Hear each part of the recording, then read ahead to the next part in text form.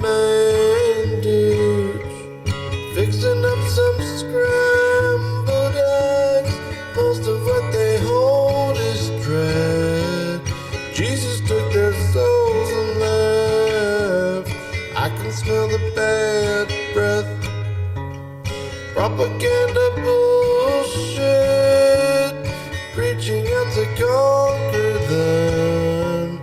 Conspiracy kill with no regret. And the new religion, operant conditioning. Open up your mind, they land. Fill it up with fear content. On a rampage half-cocked, poster and on TikTok. Viral then becomes the hate. Fiber optics hold our fate.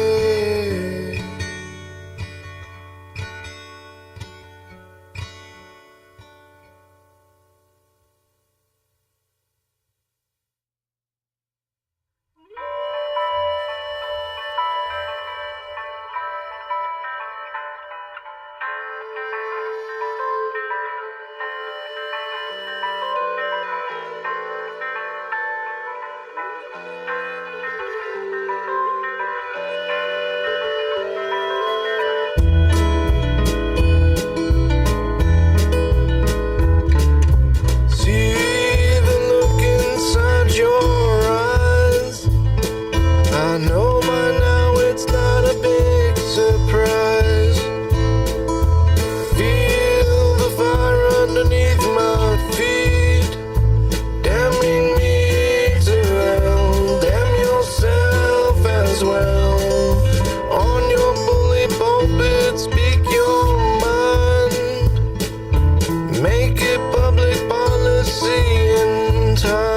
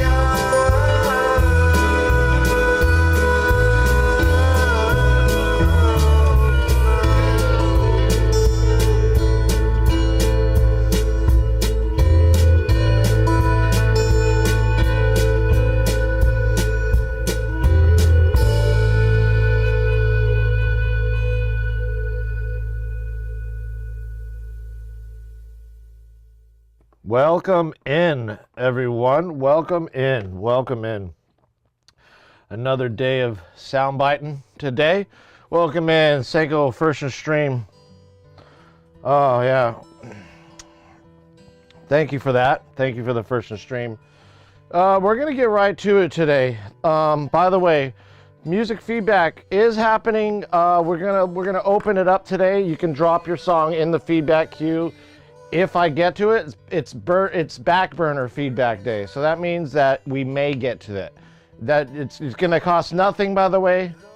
We'll make it absolutely free today, but it will be on the back burner, meaning I'm going to focus on my shit first.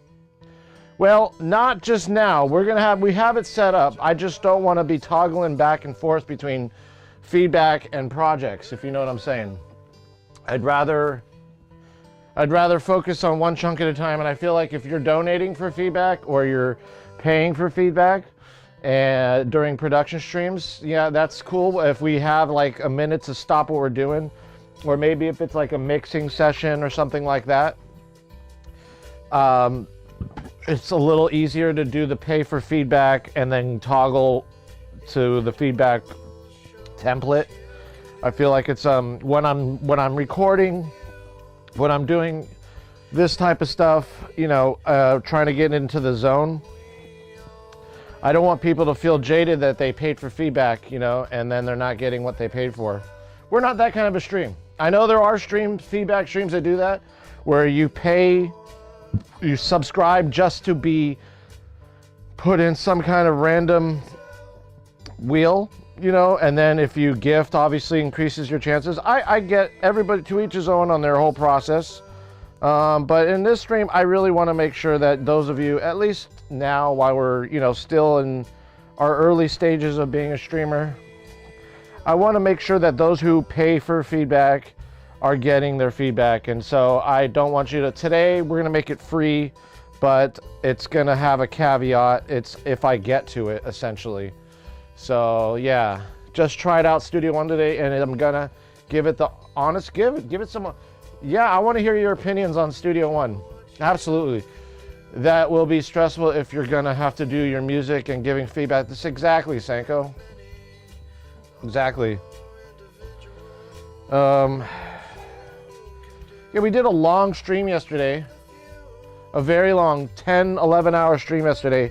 It was quite productive in the morning, or in the beginning. And then towards the end, it got a little sluggish. We had some issues, technical issues. I fixed those issues, by the way. It kind of all happened. Everything just kind of bugged out when I put a fourth monitor in here. I have a Mac M2 Ultra, 128 gigabytes of RAM, 4 terabyte memory, or no, is it two or 4? I think it's 4.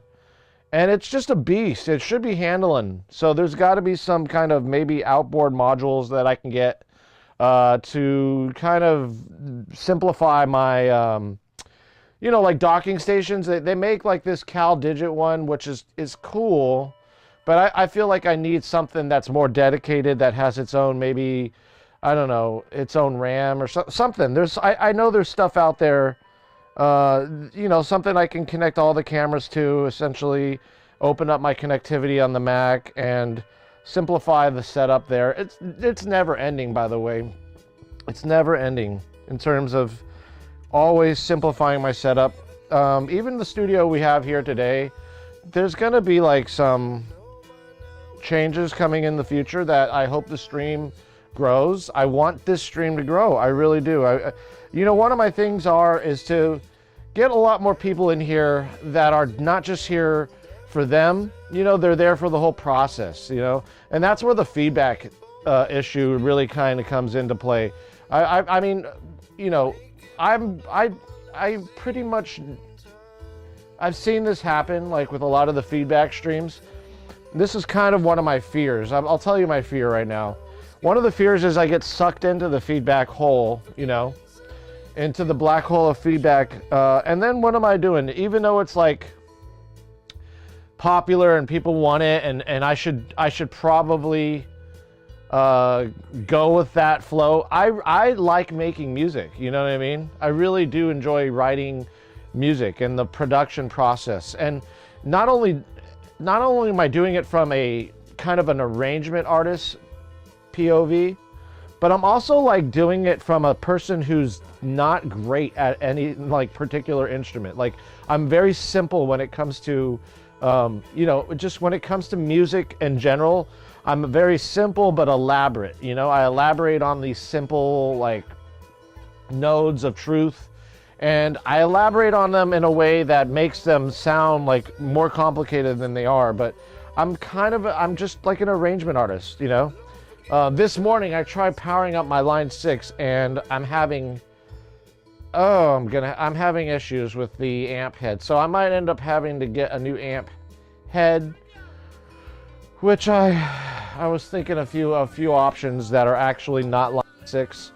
The reason I chose this line 6 is I actually really like the amp head. I like the idea of it. I like the different amps in one, different amp emulations in one with the tubes and all that. And I think it was Bogner's first attempt at making a hybrid preamp head, you know, like a, you know, amp head. But there are some issues with the maintenance of them. If you take these line 6, if anybody knows, first of all, who can fix them, let me know, okay? Especially in LA, because there is absolutely nobody in LA that I know of that will work on these at all. They will not work on them. There's not even like schematics online. That's what basically every single person's told me about the line 6, the Bogner amps, is there's no schematics to fix them. Because they're hybrid, they're digital, and they're analog, so it's a lot more complicated on the digital end. The analog end, it's like working on an old car, you know what I mean? With the analog end, it's fine. Tubes, replacement of tubes, connections are pretty simple. So I'm thinking of going with an American-made or British, like maybe probably most likely a Fender. You know, like Laggy Haggy just bought that amp head for $500. I mean, I bought this thing for maybe $250, maybe $300. So spending a couple $100 more. I was also thinking of the Neural DSP. Eyes the Artist was one of the streamers I know of that uses that. I have another friend who uses the Neural DSP as well. I also have my Helix system, but that's another line 6 protocol.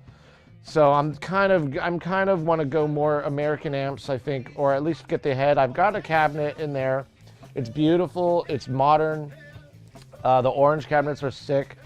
I really like those. I really like the orange cabinets a lot. But I'm kind of like in this phase where I want to get a couple more amps, I think, you know, like at least 2, you know, spend $1,000 on some used old school Fender amps. I'm not going to buy new because used amps, it's just, you know, a better bang for your buck. And sometimes they've been broken in a little bit, you know, the used amps. So they've got a little bit more, you know, tonal characteristics that have happened over years. They also can be pieces of shit. But at least with a Fender, they're easy to fix. Anybody I know around here, there's many different, well, not that many actually. There's like 3 or 4 different mechanics who can actually, mechanics, what am I saying? Whatever you call it. People who could fix the fucking amp. There's the word. It's a fucking word. It's an actual word. People who can fix the fucking amp. It probably, and it's something I would love to get into, maybe post, you know, I want to do a lot more electronics work as well. We got to do some fixing of some gear. I want to make sure that's done. Yeah, so let me actually, let me set this up here, right? Get this set up for recording.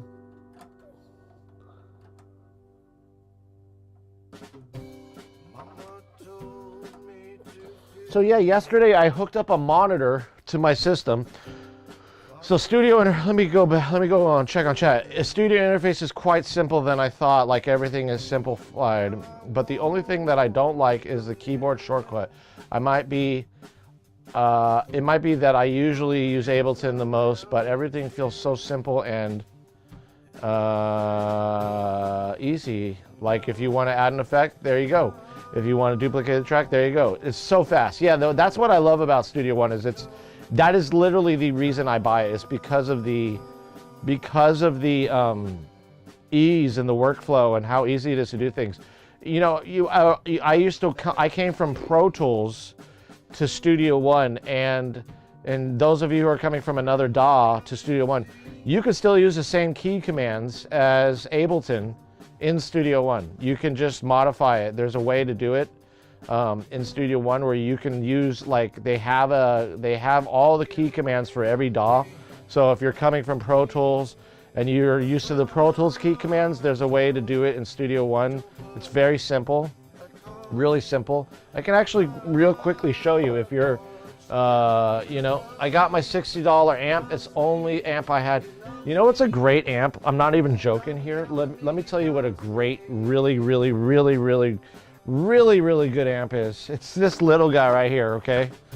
This fucking pig nose is so crunchy. It's loud. It's got a lot of noise. It's a mid-range kind of, you know, more in the mid-range. But this pig nose is, this is the original pig nose, by the way. Okay, and you know what? It's not even mine. It's Laggy Haggy's. And he let me pretty much take care of it forever. You know, because he doesn't use it. And if he ever needs it, obviously he can use it. I mean, but I'm just taking care of it for him. So Laggy Haggy, you know, they leave their gear here sometimes knowing that it's going to be in good hands. I always take good care of their gear. It's just the way. But that's Laggy Haggy's his dad's pig nose. So, but you know, a lot of hits were made on those things. Like a lot of good songs were made on the pig nose. We should actually probably toy around. I wonder how it takes to pedals though. You know, every amp has the pig nose is more of its own thing. What's up, Hypopharia? How you doing? Welcome in. Let me get on that. Yee! To come back to the Mac problem. I have an older Mac Mac Mini running still Monterey, and I know that type of problem. After a while, the OBS shit got unstable, and I don't know why. If I try the same on my Windows system, it won't happen. Yeah, so it must be something with Mac OS, and how do you fix it? Would be interesting for me. I don't know. I got a Mac M2 Ultra, and it doesn't have a distortion. So what I do is I look at a pencil, stabbed it in multiple times in the amp, and it gives me that. Shut up, dude. Seriously. You probably did that though. I used Cubase before I switched to FL Studio.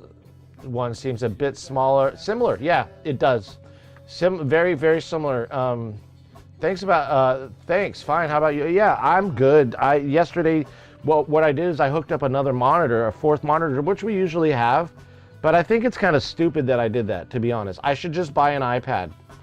And that way I can share screens or mirror screens from the iPad onto, from the computer to the iPad, like for lyrics and for stuff like that. I have one iPad, it's like the original iPad, so it's not compatible with today's operating systems. However, it still works as a Studio One remote control, which is awesome that it does. So maybe one iPad just for remote controlling Studio One, and another iPad, a bigger one to mirror the screens, or maybe even a laptop. I'm like, considering I'm already in debt, so I'm like, what can I do to make my streams better? What can I do to make music production easier? All these little things that I need to do. I definitely need a laptop anyway to do some off-stream work, so I'm kind of considering it. But there's also some other things I gotta buy for the house too, like a mesh system. I want to buy a Wi-Fi mesh system, the Netgear ones, because, you know, Nick Pang, welcome in. So today we're doing, welcome in Nick Pang, nice to see you. We're going to be doing feedback. If you guys just stick around, hang out in the stream, and we'll get to the feedback for sure. Like I want to do this. This is a little kind of strategy I wanted to do today. Today I didn't want people to, like, usually on production days we have people pay for feedback, which we do that, like certainly on mix days where I, you know, have to toggle between things. And today we're doing recording, and those of you who pay for feedback, I don't want you to pay for feedback in the event that I can't get to the song today, because we're going to be doing some recording here. But if you stick around, you watch my process, and then I, you know, get to you. Maybe if you're not around, just lurk in the stream, and we'll check back in every once in a while. Just make sure you leave the lurk and just kind of, you know, check back in every once in a while to see if you're up. And yeah, so we'll get to you if once we get the things done today. But welcome in, Nick Ping. Are you a musician? Like, let's a little bit more about 808. Welcome in. Is it chili? No, it's not chili pepper. It's just Santa Claus doing this Santa thing. It looks like Santa. Sinky Tina. I can only think of why it would be Sinky Tina, like Helsinki, like Like, you know what I mean? Like, I'm thinking like of the Scandinavian areas, like Helsinki. I don't know. That's maybe what it is. I don't know. Here to catch the vibes. Nice, 808. 808's another streamer, y'all. If you don't know 808, he's a pretty fucking dope hardcore streamer. And Sin, the streamer. Tina is the character. Ah, Sinkel Tina. Is Sinkel like a Norwegian or something? Wait, no, you're not You're not Nordic. You're from the Netherlands, right? You're said from the Netherlands, I think. And that's where like he does hot. Yeah. Nah, he's USA. Oh, okay. What 808? I thought you were. Yeah, you're Dutch. Yeah. Okay, that's what I was right. So from the Netherlands. Yeah, we get a lot of the people come in here are either from Europe, UK, or the Netherlands, and it's pretty interesting. We get, I started music in trap, only been doing EDM for a year. Yeah, that's pretty cool because, I've been into hardcore. I don't know if you've heard of DJ Tron or Dutch Boy. Well, he's not from the Netherlands, but he did live in Deutschland. There's the SO808 right there. Fucking hitting that nasty punk bass. I love it. And that's 808 right there. He is literally a chimpanzee. 808 is a chimpanzee, officially. A Dutch one. Dude, it looks like you're really playing the keys. Like, are you using like Snap? What's it called? Snap filter? I wish that thing was still around. It would make my life so much easier because I want to do like demon face when I get upset or I like get frustrated or when the camera zooms in on me and I do some demon shit, you know? Fucking Satan. Satan, baby. Satan. Satan. Yeah, there was snap filter. Dude, so they don't have that anymore. They don't have the snap filter anymore. What happened to it? You had a good time. That's good. Did I hear Germany? Germany? Deutschland? Ja. You had Germany. Deutschland. Yes, you did. Ja. Ja. How do I tell you guys? Do you want to have some fun? Willst du Spaß haben? Willst du Spaß haben? Let's have some fucking fun, yo. Let's go.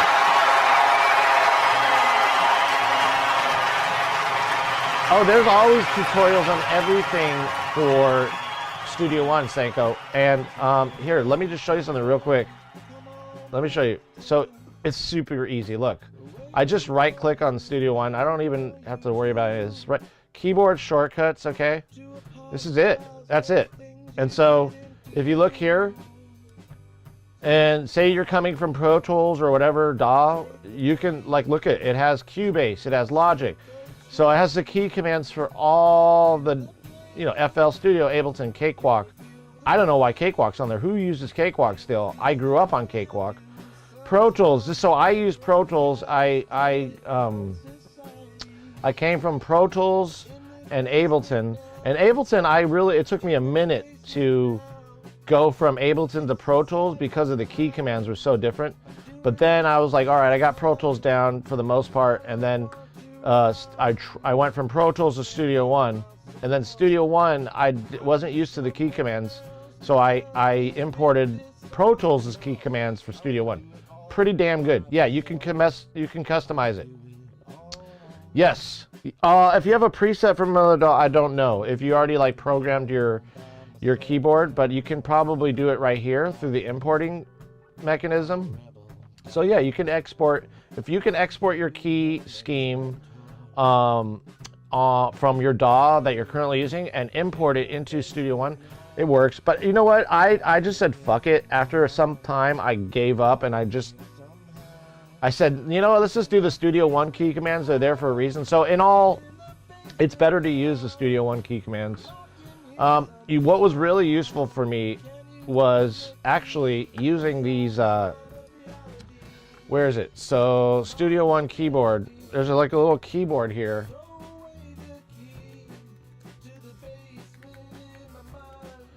There's two of them actually. So I didn't really like the Astra. Wait, the Logic keyboard. This is the one I use. There's two of them. What the hell is this? Atom SQ? Whoa. Yeah, I heard about that. But there's a couple of them. There's a Da Vinci one, which would be cool. I don't know if I'd need all these keyboards though.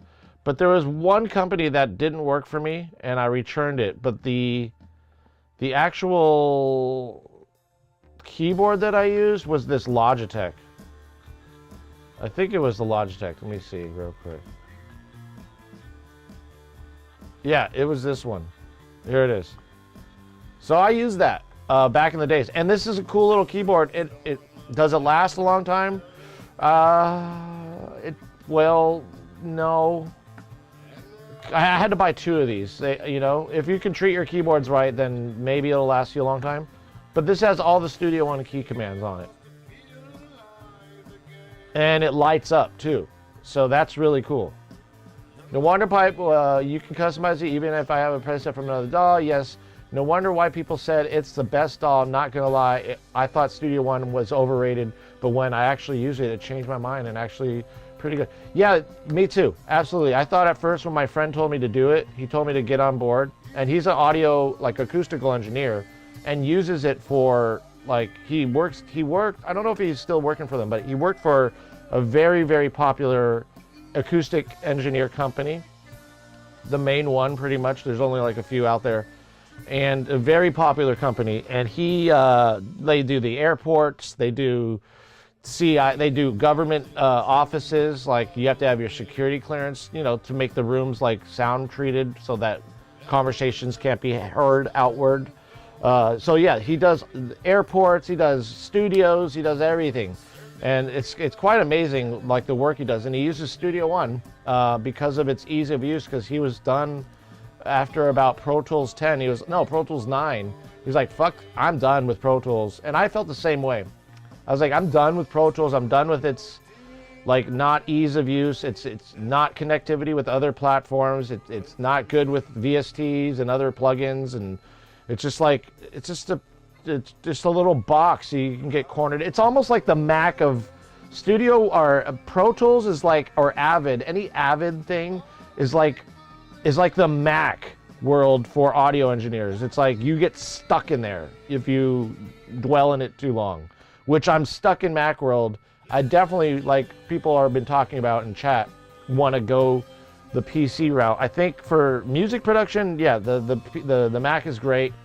But for streaming, I think the PCs have a little bit more, kind of, just a lot more maneuverability if there's an issue. It's just easy, modularly wise, like you can pull things out, replace them. It's just so much. I think PCs are, honestly, I'm gonna say it, I think they're better now than they were, for sure. And you can do anything now. What's holding me back at the moment is the workflow from Studio One, because it has its very own workflow compared to traditional DAWs, and I use FL for 10 years, so it'll be hard to change. It actually, to be honest, the learning curve is about a day or two. It's so quick. Like, Studio One is a great DAW. The one thing that I didn't like, maybe the learning curve for me, but I at first I was like, I don't know, because I came from Pro Tools, especially, yo, what's up, Jeffrey James? How you doing? Welcome in. So like with Studio One, the difference, like the biggest difference I noticed was in the mix window. And both Studio One and Pro Tools have this feature where you can separate the mix window from the arrangement window. I wish Ableton could do stuff like that, like, you know, put whatever you have in your mix, like session view, and take it to another window. That way you can have two windows open at once. I very much operate with at least two screens. You know, I cannot work on a DAW on one screen. Some of you can. For me, I need those two screens. I need that real estate. You know what I mean? The mixer does look a little about Studio One, is it takes from every program, including Cubase. I'd say a lot of similarities with Cubase, because Cubase has Really good like plug-in connectivity and stuff like that. Cubase is awesome. I think if I were to lose Studio One though, I was thinking, okay, if I don't do well, if Studio One just doesn't prove right, I might either switch to Cubase or Reaper, which I think it would be Reaper. But there's like, look, you could do this with it. I mean, that kind of looks more like Cubase right there with the slimmer faders. The one thing I did like about Pro Tools was the faders were a little bit fatter, but only for the purpose of using the Ravens, which I don't use these things anymore. I can't stand them. They're just screens at this point. I don't have them connected to the USB anymore. I stopped the touchscreen activity. I just thought they were just kind of just way too gimmicky, and now they don't even sell them anymore. They've done away with the Ravens, you know. So I don't know what the hell's going on with that. Their monitor control, all this, it just, they've almost rendered everything almost obsolete. Now they're just really just screens.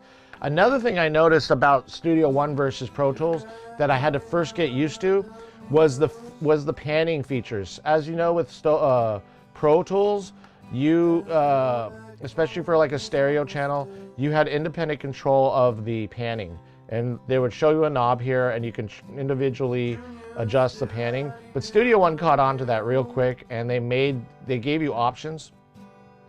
So like if I were to go to my mix bus here and choose a panning option, I have the I have the option to do just regular balance, just like you see here. I have the option to go dual. That's what you see in Pro Tools now. So they actually changed this, and I think version 5 or version 6. They changed it because people asked them to.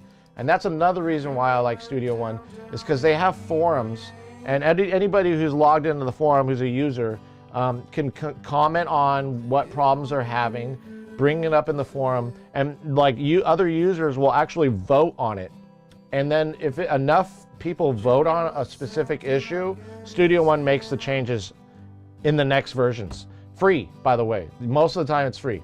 The jump from 5 to 6 wasn't free though. It was like, I think it was like they give you like 2 or 3 versions to jump to, but I don't know how it is now that private equity bought them, so we'll see. But so I usually use binaural pan though. I like the binaural pan feature, but it just gives you like, you know, different panning options. I know that Pro Tools might have these features now going forward, but Studio One, it's just a fun looking DAW. Like to be honest, Ableton was so fun when I used it. It was like a fun DAW to use. You know what I mean? Another thing about Studio One is, yes, you're right, the latency. It has more latency kind of features to eliminate latency. Like with Studio One, with Logic, with Ableton for sure, you only have one option. You can only change it once, right? You're like 2048 or 64. Or in Studio One's case, goes all the way to 4096 samples. Okay, that's pretty insane. And I usually use the 4096 when I'm mastering. So this is usually for mastering. But I use 2048 for mixing and playback, and 64 for recording. But here's another cool thing. So we're gonna set it to this right now anyway, because we're about to start recording. There's another way to adjust your buffering size, right? So you got the audio from the device, obviously, and then you got the processing that's happening in the computer. You don't need to worry so much about latency. Here you do at this sample rate, but like I can independently adjust things. So if I want this to be 64, I can, which I used to record a 64, but if you're using like some plugins, it's better to be safe than sorry. I go 128, 64 to 128. And the 128, I still don't hear latency. Now I'm using Omnibus, this is my routing. This is how I route all of my audio, right, to the OBS essentially. Okay, this is proven to be a little finicky sometimes, but there's another thing here I have to adjust. So when I'm recording, I set this to 128. So I have to do it in 3 areas in order to. I probably can go as high as 256. At 512, you may start hearing a little bit of latency. We can toy around with the 256 though, just in case. See how that works. Did I just shut down my... just shut down Studio One. Ha! Ha! And it's gone. I switched the sample rate in real time. Studio One's like, I don't know about that.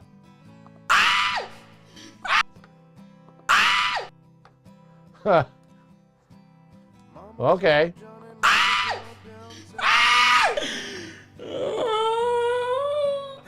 Well, we'll figure it out. You'll stick with 256. You know, you know what's funny is when I recorded bands here a million years ago. The funny thing about 256 was I was actually I had analog instruments like guitars and all that stuff, drums playing, bass guitar, so just real instruments coming into the DAW. And then I also had like these keyboards back there. Those were not the big one. I actually had a Yamaha in here at the time, the Motif or whatever you call it, Motu or whatever you call it. I forgot the name of it, but like it was all right. But like I remember it stopped working. It would work only like I wanted to connect MIDI and record like the band that was here, but also like what's happening here? Just pictures in flashy dress blues. Okay. So what that did is it completely threw me off. Let's get that. Let's get back to where we were here. Yeah, that threw me off a little bit. My DAW just like completely took a shit. Here I am talking about Studio One, how stable it is. I changed the sound, I changed the sample rate in...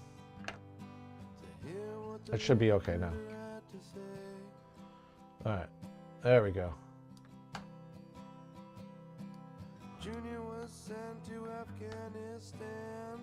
What is that? That's the mixing window. Let's try feedback. Okay. Good. But...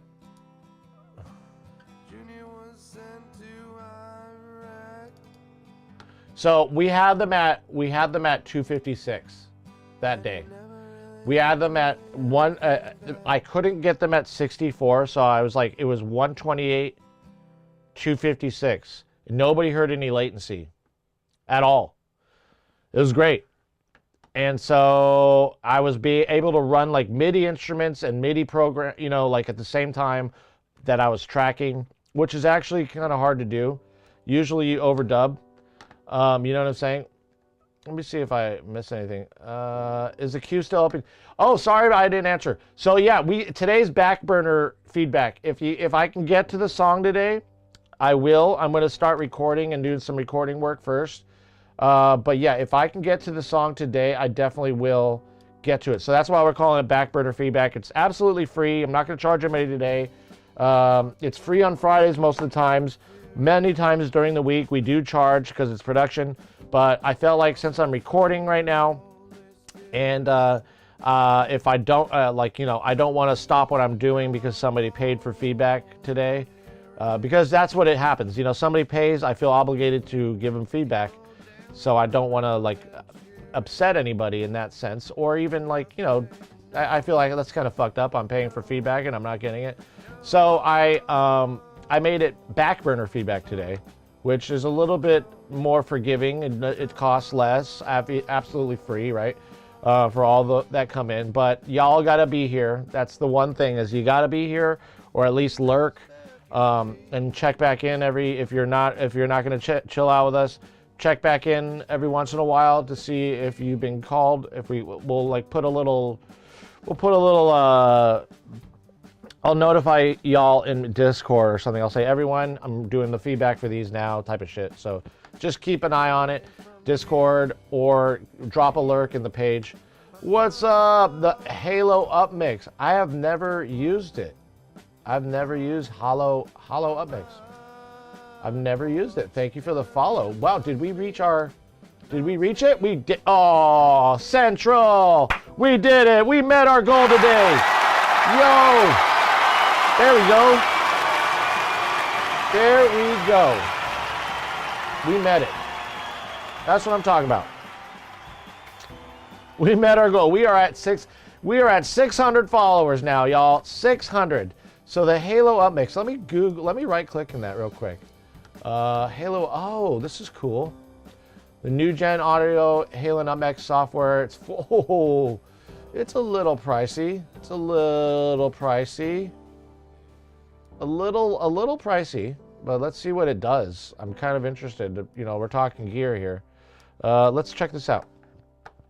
So, stereo to what? Stereo to 5.1, 7.1, and 3D. What? So like 3D, like Dolby Atmos. You know? What? Wow.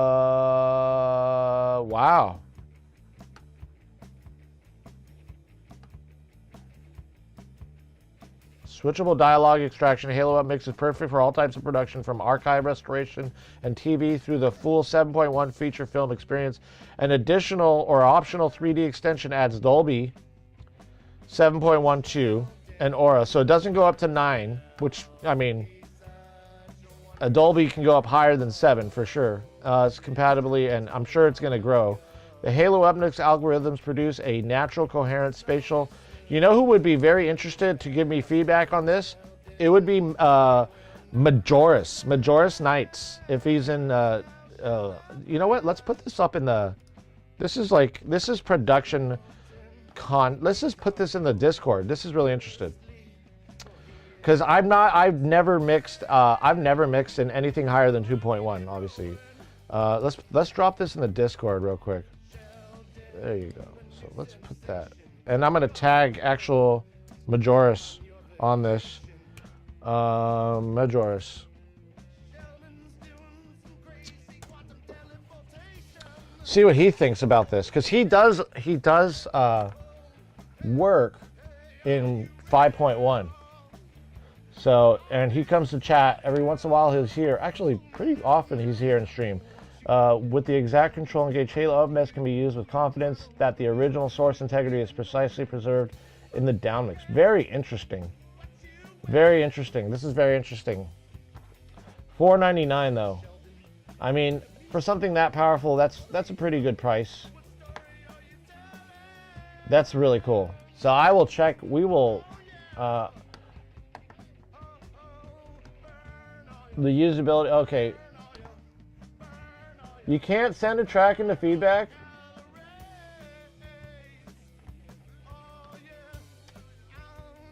Is this happening again? Oh.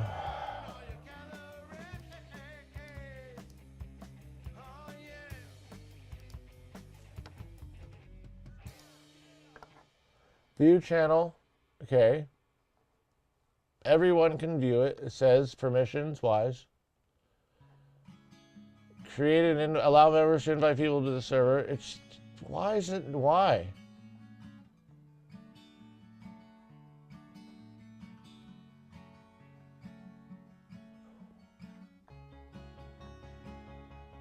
Son of a bitch. Why is it doing that? Does anybody know why? Anybody, you guys like Discord users? Let me try to just drag it back into where it was. I'm a little annoyed about that. Let's see what happens if we drag it back into the creativity channels. I'm sorry about that, guys. I don't know why it's. We were having issues with this yesterday too. So it kept all the settings.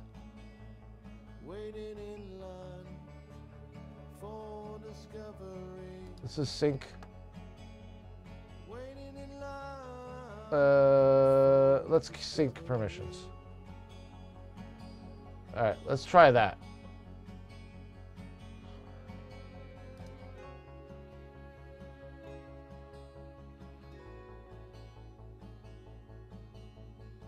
Okay.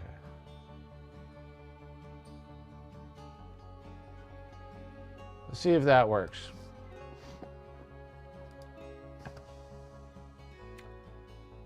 Try that now. Try going back in there. See if you can get back in there. If you can't get back in there, when do you drag a channel into a different category? It asks you to sync permissions. That may have, I think that you're right, unidentified. I think you're right. Yeah. I cannot, sorry, Jeffrey. Try it now, guys. Try it now. If it doesn't work now, that shit bugs on Windows too. So it's not just me. This happened when I made absolutely a new channel for feedback. There we go. I think we're good. We got you now. Wow. Holy shit. Okay, now it works. Okay, it works now, obviously. So like I said, today's back burner feedback. We will get to it once we're done, like getting at least some vocal takes. So we will get to the feedback. It's free today. It's just it's when I get to it. Flabbergasted inside, right? It definitely works. I feel good now. I can't believe that happened. I'm gonna have to do some work, obviously, fixing that later. Maybe I don't need it to be in a separate like channel in general, maybe, or category or whatever. Excuse me. All right, so let's go with. So.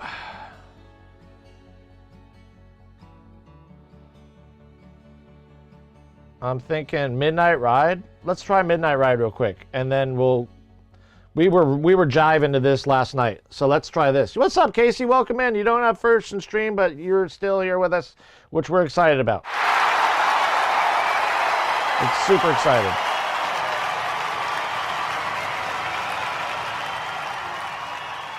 Yep.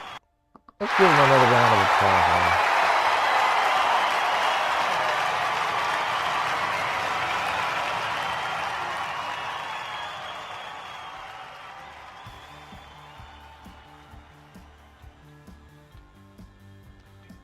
Interesting, SonarWorks.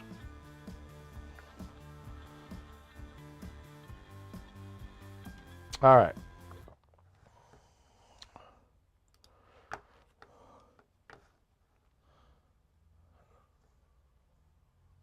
Yo, you're gonna drop your first song? I'll try to be there.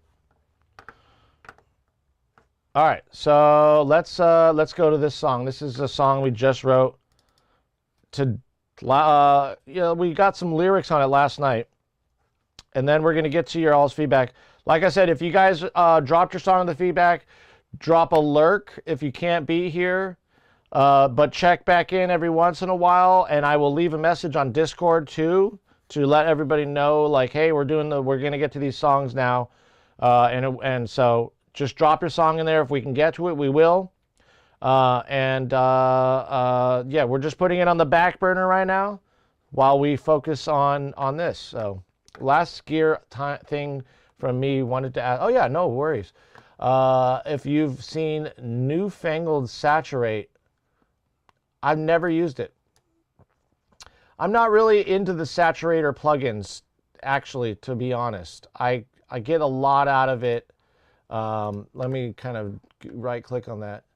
Newfangled is a clipper that can preserve spectral detail, which offers clippers which other clippers remove, and show how version adds to.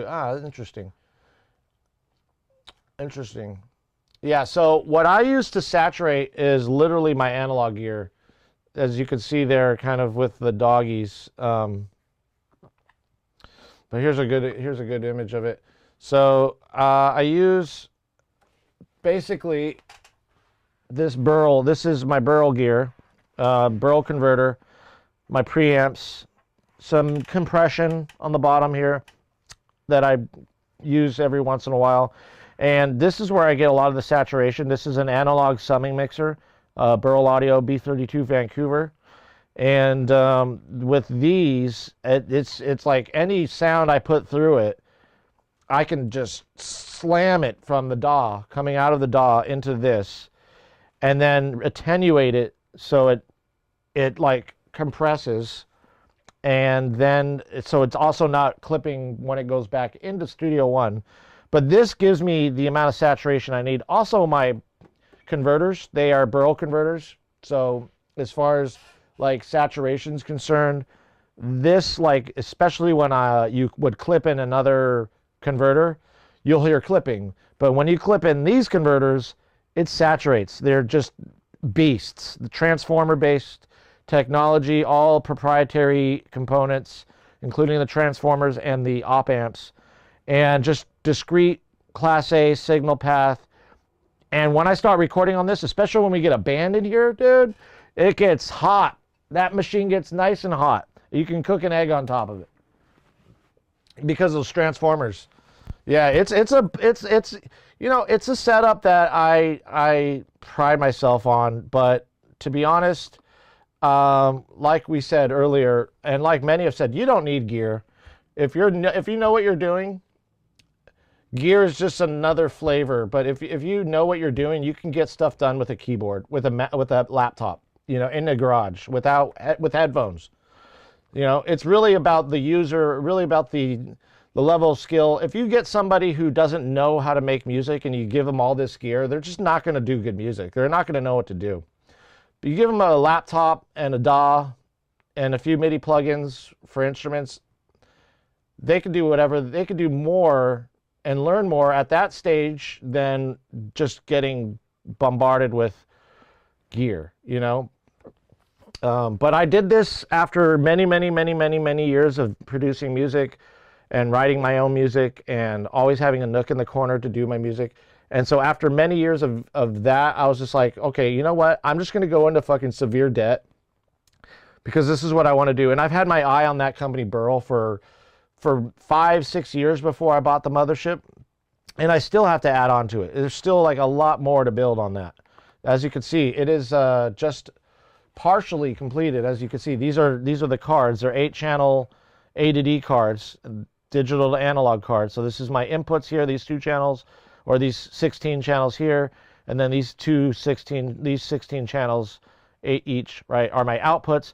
But you can easily put 24 inputs, which I'm going to do, so 8 times 3, so 1 more of these.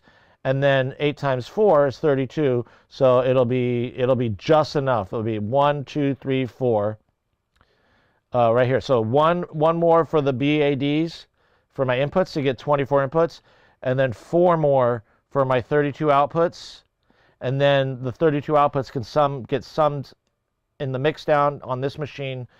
But then this final slot is going to be for a BDA4M, a Burl mastering. These are all mastering grade converters too. So for mastering engineers, this was literally what the gear was initially developed for, the first stages of Burl. But like right here, this slot, I'm gonna put another set of inputs to go back into, instead of sacrificing what I already have, just going into a completely separate input. Different, they've got different transformers, I think, and more modern transformers. But do I like food?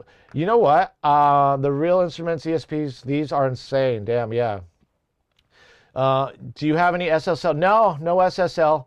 The Burl gear is actually developed to emulate Neve stuff and Studer tape machines. So I'm not much of an SSL person. I'm more of a Neve guy. I mean, I know SSL makes like transformer-based mixing consoles. SSL's been known for cleaner sound. I don't know what that really means when they say cleaner, to be honest. I don't know what that means. Less color, I guess. I don't know what that means either. And I don't know what transparency means either, because what is transparent, you know? Like a microphone?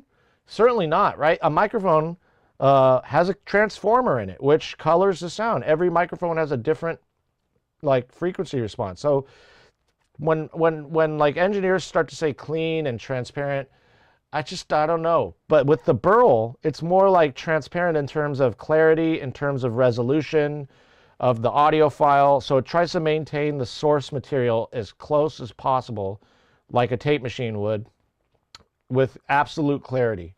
You know, SSL compressor is probably the nicest sounding compressor I've used, but I've only used so much gear. Yeah, the SSL like bus compressors, I used to have the emulation one that Waves created. It was pretty good. And my buddy actually has an SSL, like an outboard SSL compressor, which he uses for his master or his mix buses.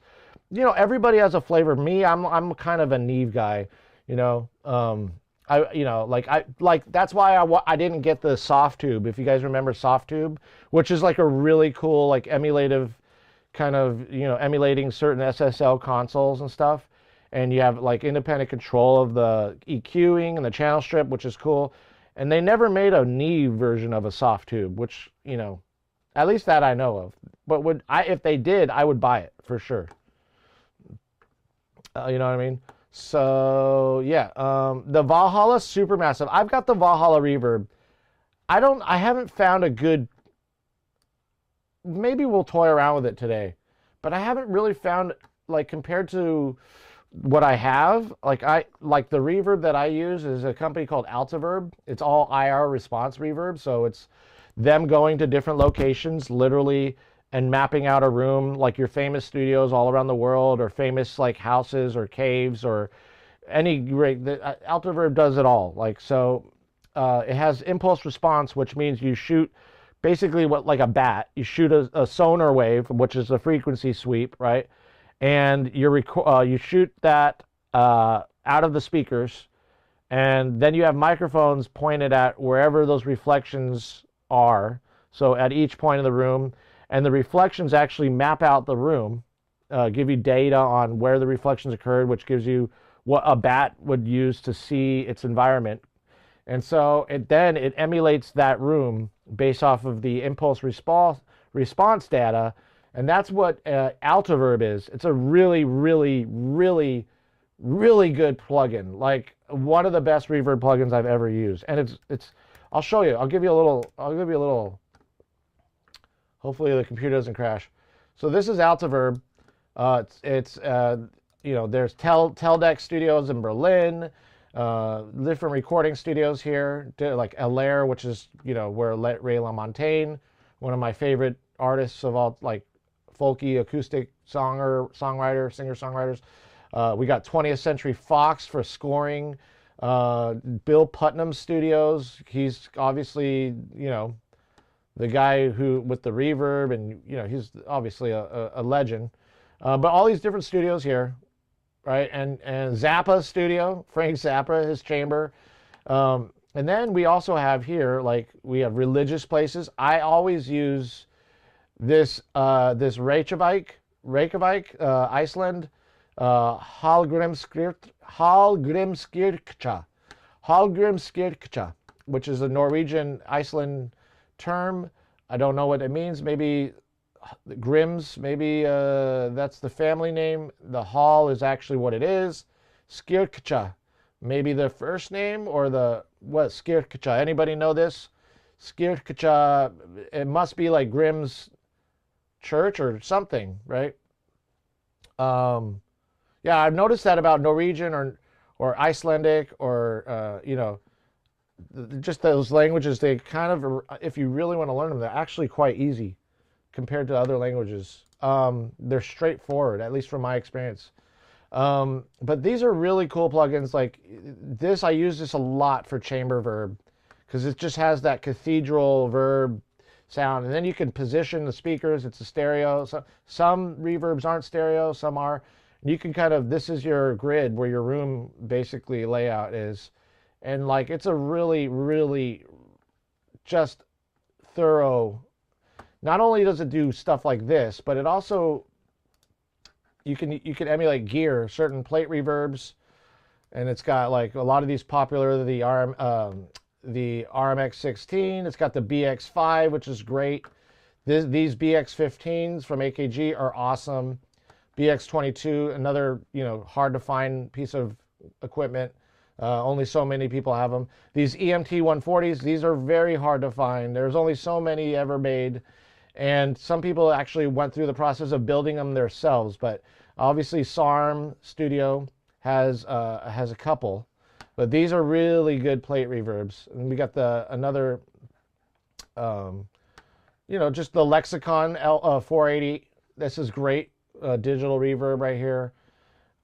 Magnetone Vox, the Magnetone verbs from those old Magnetone apps. Yeah, just a lot of cool little emulative things. Not only here, oh, we got the Suver reverb here from Fender, and they've been endorsed by these actual companies, so that means a lot when the company actually endorses them in a way. And then you got other things like, oh, I want to do, maybe you're doing like you're doing dialogue work for a film or something, and you want to get a car. And they have like literally CRVs up in here and fucking Hondas, you know, like, come on, this is insane. Right? Spring reverb, it's got all these, look at the Bug, a Beetle, a lot of European cars too. Like the Opel Astra, that's definitely, what is that, a French car? Or what, who makes Opel? I don't know. But yeah, a school, public spaces, corridor stairs, just next to doors or next door, wall and floor, just all sorts of, like if you're doing a, you know, like, hey, you want to make it sound like somebody's arguing at somebody in a film and they're in the other room. There you go, you know. That really is a cool dynamic for a plugin like this. So Altiverb, it's a bit pricey. Stadiums, mausoleums, like clubs. This is insane. And I use it every time. So when I mix, I bring out the Altiverb. While I'm tracking, I generally stick with the stock reverbs. So Studio One has some cool ones. And I generally stick with those when I'm tracking, because I don't want to use anything too intensive on my CPU. Even though I'm running a newer Mac, it really doesn't matter. I don't know. It's really actually, it also has a lot to do with my sound card. It's a Brooklyn 2 sound. It's like it's Brooklyn 2. So I have to add 2 of them in order to increase my, because I'm running everything at 96K. So I can run more plugins if I install another Brooklyn, which I don't actually need right now. But when I do make more money in this endeavor, I will start purchasing all this stuff that will put me in the hole again. So impulse response stuff is a convolution type thing. Yeah, exactly. I'm still not sure how it treats the audio. You can use it for anything. It treats the audio very well. It's very precise. It's really, really useful. But you know what? The Valhalla, I have it, and if you want like a one and done solution for a specific type of reverb, I think that's where Valhalla kind of has its strengths. Like it has the vintage verb, and it's just a set, reverb. And I've heard it. I've heard other people actually use it. It sounds good. For me, I was like, I got it. We'll work with it one of these days as well to get some proper reviews of it.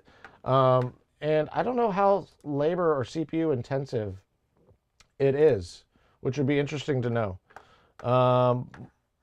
It's called Altiverb. That's the reverb. It only emulates the real gear, even if it emulates the sound of a specific place. Yeah. It emulates real gear and sounds of specific places, and they've always been updating it. These are like 2 guys that go out there and do all this stuff. Altiverb, so it's ALTIVIB or VEBR. There you go. I wrote it down there. I actually can send another link on that too. Let's do Altiverb so y'all can explore it a little bit more. But again, my buddy told me about this. If y'all have a friend who knows how to, that's kind of, AudioEase is the company.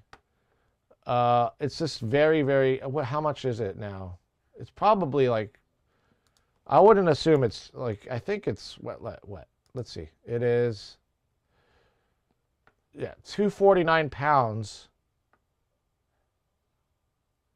And for the smaller version, like the small, but the actual program is almost $1,000. It's not cheap. It's not a cheap reverb. And I don't recommend buying something that right now if it's that expensive. I bought it a while ago.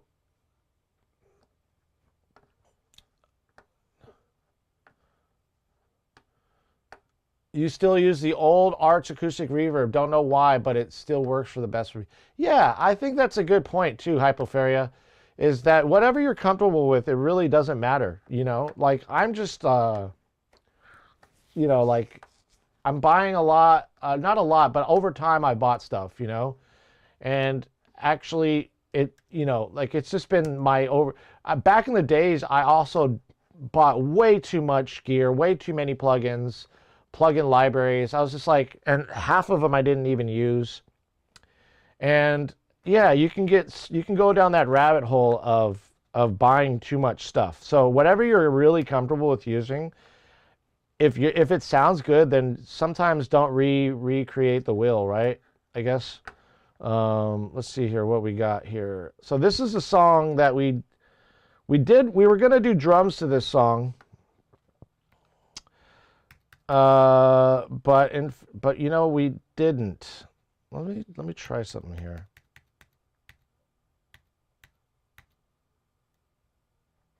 Let's try doing this.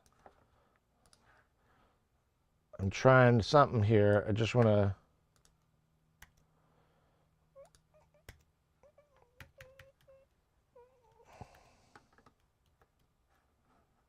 Where is it?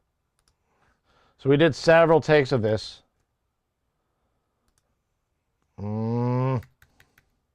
Kermit. I'm going to, for some reason, Studio One's not letting me do like a multi-function of this. Like I should be able to just press this and then, yeah, this is being weird right now. I'm talking all this good stuff about you, Studio One, and you're making me look bad, son. You see? See, I should be able to click on that track and it should just be all fine and dandy.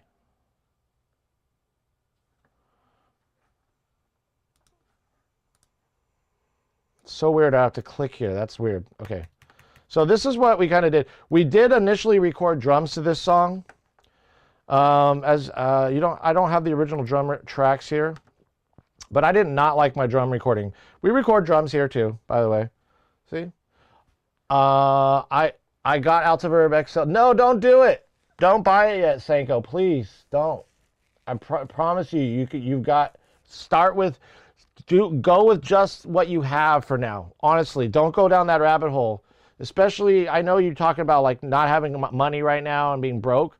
So do not buy it yet. Please don't do it. I buy it when you can, but if you need it, test it out if you want. There's always probably a way to get a free trial, but don't buy it yet. If you have reverbs, work with those first. Really work with those first. I promise you, Studio One has plenty of resources just alone in its own reverb. And Studio One's reverbs sound good. For that matter, every DAW's reverb sounds good, okay? It's, yeah, it does disappoint. Live is good though. Live has the session view, which is really useful. Like, I love that. That's the bread and butter. Yeah, though the Fab filter was a pain when I bought it, but, oh, absolutely. That's a plugin I don't have yet, and I'm going to buy the Fab filter. I've just been seeing so many wonderful. See, I know a lot of people were using it, especially in Twitch. I was seeing a lot of music producers using the Fab filter. Like everybody that I knew had the Fab filter, and I read about it. And I was like, all right, it was $149. What does my split EQ and what does PreSonus's EQ do that Fab filter cannot do? And surprisingly, it does do things that other EQs can't do. Which maybe is probably more beneficial that I, spend the $149 or maybe wait for it to be on sale. But I'm definitely going to get that EQ.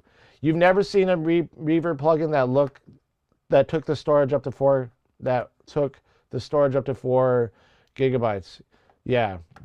Oh, by the way, an important function I need is to sidechain reverb to a limiter or compressor to push it down every time a note is playing. That is also possible in Studio One. I only know the way. That is also possible in Studio One. I only know the way to do it in FL. Yeah, absolutely. And Studio One, we use the bus sim system. A lot of people who use Ableton or FL Studio don't bus their their tracks out. So like all these tracks, for example, are not being sent to like output 1 and 2. They're being sent to a drum bus, which is being sent to outputs 1 and 2. But later on, once we mix, we'll change the outputs all the way from 1 to 14. And then 15 and 16 will be our return, so we can hear everything that we sent out that's going back in. So it goes back out, goes back in, and then goes back out again. It's crazy. Yeah, need to hydrate. That was the tongue twister. Thank you for that, Duck Sander. So side chaining is, I usually do the side chaining if you're doing it on the reverb. You just throw a side chain on the reverb, right? I use this side chaining plugin that's awesome. A side chaining plugin called Track Spacer. Then you place that there. You collect the side chain option, and then whatever you want to. So reverb, maybe we're side chaining it to the kick drum, or you know what I mean. So you side not the output, but you actually you side chain it to the sends. And then what that will do is you go over to the kick here, the kick drum that we side chained. Oh, there it is. And the side chain's been placed on there. You can mess with it's a set amount here, but you can obviously mess with it, you know. But you can also do post work, pre-post, pre-fader, post-fader. When side chaining, I always think of post-fader because you're adjusting it after the fader essentially. But this is a really, really cool plugin, and it's very just straightforward, simple to use. So that's what I mean. Another thing with Studio One though is I don't need a sidechain plugin at all, because every single plugin that has a Studio One plugin has a sidechain feature up here on the bar here. So if I want to sidechain maybe a certain frequency, right, like it has to be a specific frequency or set of frequencies that are being sidechained to whatever you're sidechaining against. But that's pretty simple, straightforward, how to do it through Studio One. The sad thing about other plugins, like especially the UAD plugins, they offer like in plugin sidechaining, which is interesting, but it's not sidechaining to other. It's like frequency sidechaining basically. But if you want to choose, yes, Track Spacer is really cool, right? I never had any problem with FLFL. It still works fine with me. You know what's funny is I think FL is great for sequencing beats. I think every DAW has its strength. Like Cubase is great for composers, as you may have seen on Twitch, like Hanyu JB. What's it called?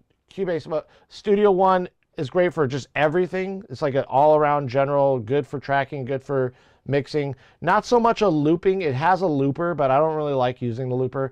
That's why I use Ableton Live for my looper, and I use it with Studio One. So I have both DAWs open at the same time, but I have Ableton as basically synced to Studio One using the audio MIDI driver settings in your Mac. You have to install a virtual IAC, it's called, in your audio MIDI settings on the Mac. So you create an internal, basically, MIDI channel, another channel, and you send that information from Studio One to Ableton. So then they're both synced. So when I press play in Studio One, it presses play in Ableton automatically. And then you send the outputs. You can either do this through Loopback, Omnibus, or an actual physical patch bay that we have over there. And you patch in the outputs from Ableton Live that you're getting from maybe your loop session back into Studio One to track it and get it all arranged. And basically now at that point, I'm using Ableton Live as an instrument instead of a DAW. I'm using it like a plugin, which used to work with something called Rewire. Reason was the company that invented Rewire, and then they stopped doing it after, I think, version 9 of Ableton and version 5 of Studio One. They stopped doing Rewire. Rewire was cool because you could just load Ableton in as a plugin on your inserts for any given channel, and it was just like a boom, quick, like all-in-one solution. And to get around the Rewire, now that that's not around, we use the driver inside the Mac and create a virtual input and output, MIDI input. So it's really, or not MIDI, but a virtual input. And then you connect that to Studio One as well as Ableton. I use the format to switch to VST now. Yeah, where Rewire was pretty much abandoned. Yeah, so the way around Rewire is real simple. Like, let me just give you a little example here when I have Ableton open real quick. So in Ableton, if I go to my settings here, this is the driver I was talking about. So audio routing right here. So there's this little thing right here. It says IAC driver. You develop an IAC driver in your, so you see it here, KeyStep Pro. There's nothing here that's adding an IAC driver. But right here, for some reason, it comes up as a MIDI port. And I'm just using it for track and sync, not remote or MPE. And then I'm using, I click on time code. And then if I go to Studio One here, right, I go to my MIDI settings, external devices, and I go to my MIDI settings here. There it is right here, IAC driver. And that is not being received, but I'm sending it. I'm basically just sending MIDI timecode to Ableton, okay? And that's all I'm doing. I'm sending the play button, the transport, to Ableton, so that way when I press play here, oops. Well, you're not seeing it in Ableton right now, but once I activate it, you'll see it. It will sync up with Ableton. And it's really useful, like especially when you're tracking and you're using loops and stuff like that. Like when I'm looping here with Ableton, like it's important, right? It's important. Let's see, why isn't it? Oh, whatever. But you guys get the idea. So basically, this is Ableton's bread and butter. I really like this about Ableton. By the way, is this your chicken song? No, it's not my chicken song. I got to get that damn song out. It's actually about a duck that I used to have. But Bitwig Studio's awesome. No, Bitwig is so good. Bitwig is so good. I used to have it. I have like the demo version of it because I got a Rolly back in the days, which I love the company, the idea behind the Rolly, but it just, I had to return it. And I was very sad about that, you know, but they went under and then they got bought out by another company recently. So they're probably putting out stuff, but even Sweetwater, because of what happened with them, customer service, what just got tanked. They were just having issues getting silicone because obviously the pandemic happened and silicone was it's not hard to source, it's abundant, but it was hard to get because of the supply chain. So we were having a silicone shortage during the whole lockdown. And so it really fucked over Rolly big time. I mean, a great company, horrible customer service. I'm not going to hate on them because they really engineered a phenomenal instrument. Like MPE technology, I thought was great. Like I love the idea of pressing instead of going into my DAW and modulating pitch through automation, I love the idea of pressing something. You know how you turn a knob and the pitch only goes, or even on a keyboard, the pitch wheel only goes so far. It's like a 0 to 10, right? With Rolly, you can continuously adjust pitch. It can go which I thought was so cool, right? It was just like seamless. But yeah, and it's just, I don't know, man. I miss that company and I miss my Rolly, but I didn't like a lot of things that it had. Like I didn't like that it had a lithium-ion battery in it. Why? Why? Because what? So you don't have to plug it in when you're at a venue? That's stupid. You're plugging the thing into a fucking laptop. You know what I'm saying? It's going into a laptop, which is also going into a fucking power source. So why? So why did they do that, right? That little compartment right there took up so much space that could have been used for connectivity, other connections, MIDI, whatever. It could have been used for other things. But they decided to use it for a battery, which I just thought was a really stupid idea. Another thing with the Rolly is you leave it unplugged for a month, and it says this in the, if you go to the website after many people complained about this in Reddit, they responded like, oh, you cannot leave the Rolly unplugged for longer than a month. Sorry, but if I take care of gear and I don't want it to get dusty, I put it back in its container, in its package or its case, and that's that, you know. But with Rolly, you can't do that. You couldn't do that. If you leaved it unplugged for too long, the whole thing died. That's what happened. It just suddenly stopped working. Then they wanted me to replace the part myself, and Sweetwater's like, no, we will not allow you to return this item if you replace the part yourself. And they tried, it took me literally almost a year to get any responses from them. It was terrible. And Sweetwater was like, we're not having this. We're discontinuing this item. We're no longer selling this item anymore. And I don't want to say it was because of me. It was probably because a lot of people got upset with it. Let me see. I know a bunch of people that prefer Bitwig over Live after. Yeah, I think so too. I think Bitwig's just kind of a newer version of Live. I feel like a lot of the Live people went over to create Bitwig, if I'm not mistaken. But I used to have Live when it first started. And the cool thing was when I first bought it, it was like Live 1. And I bought it, and when I needed some help, I'd call. There was no American customer service line. They didn't have a 1-800 number or anything.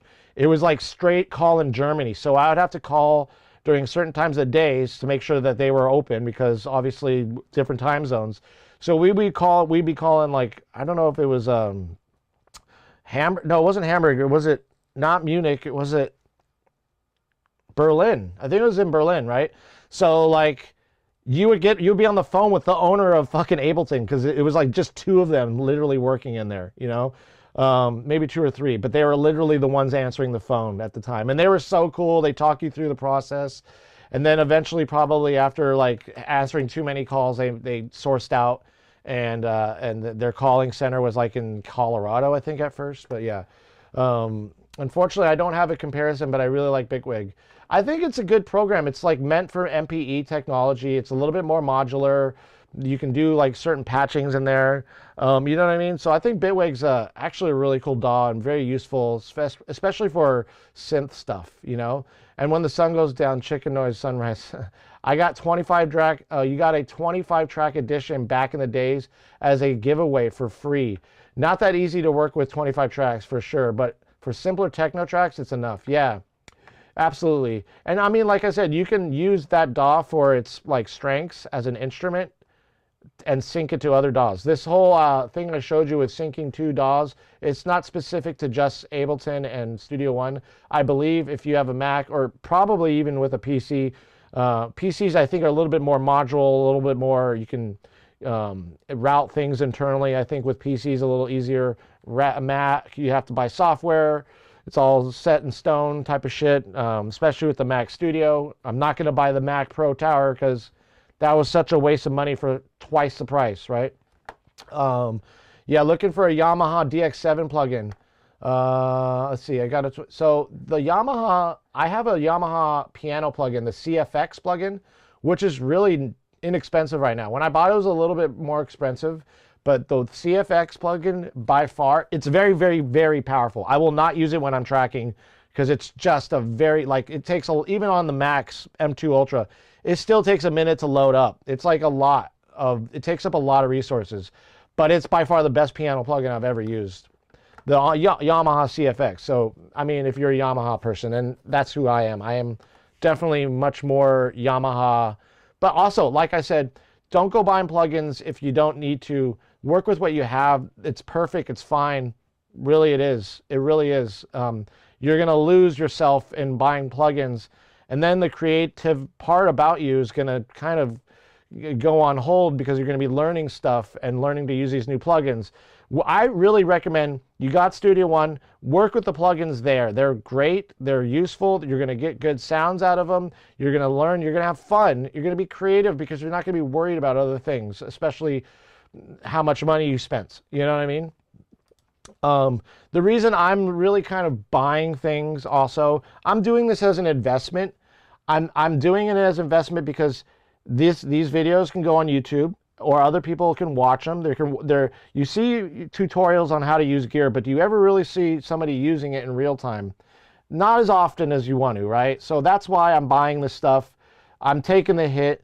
I'm making the investment because I'm giving solid feedback or reviews on the gear itself in real time, And it's just kind of an investment. It's not like I'm buying this because I want it. I'm buying it because I want to use it to see how it works, and for other users and people who are producers to see, wow, this is working. This might be something I want.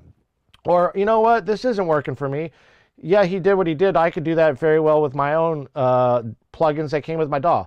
So it's like for you guys to learn from, for me to take the hit off of. So don't, there's a couple things that I have told people, like go and buy this, like the silencer from Black Hat, the Track Spacer. You know, these are like very inexpensive plugins. So I was like, if you're looking for a good one, buy this. You know, like if you're having issues. The other one was what's it called? Some of the things that you guys have put on, like Serum. I never bought Serum until I saw enough of you using it, you know. But I, you know, was very hesitant to buy Serum because I was like, I already got analog synths. Why do I need Serum? But I decided to buy it because I saw so many people using it and doing really cool stuff with it, you know. So get a lot of experience from other users and tutorials and stuff before you even go down that rabbit hole of buying a lot of gear. Another thing you can go about, you know, with the Eurorack stuff, all the modular synth stuff, I'll tell you right now, it's so inexpensive for that little LFO, but once you start buying 10 modules, then that's where the prices start to show, you know. So just, you know, don't go down the rabbit hole. That's what we're here on Soundbites for, to, like, you know, take the hit first, you know, see if it works for me. I know how to pay my credit card debt. Sweetwater's got a 0 interest card for 24 months, so I usually do that, pay it off in like 24 months, you know what I mean? If you have good credit and you can get a Sweetwater card, absolutely do it. 0 interest never existed when we were kids, right? There was always a caveat, but this is a pretty solid deal, you know, having to, you know, basically a bond for your gear, you know, it's basically it is. So they're just bonds. That's what a credit card is a bond. It's an IOU. So yeah, I found the DX7 plugin. It's called Dexed and it's completely free. You could, if it's free, then go for it. If it's free, go for it. Just like that Black Cat Audio frequency analyzer. If you guys, I know somebody was saying in FL Studio they're having issues with their spectrometer. Might have been you, Hypopharia. And I think you did buy this. You did download that free Black Hat spectrum analyzer, right? And I think if it was you, it did work out for you pretty well, right? All right, so let's get to this song. Here's what we came up with so far, by the way. 1, 2, 3, 4.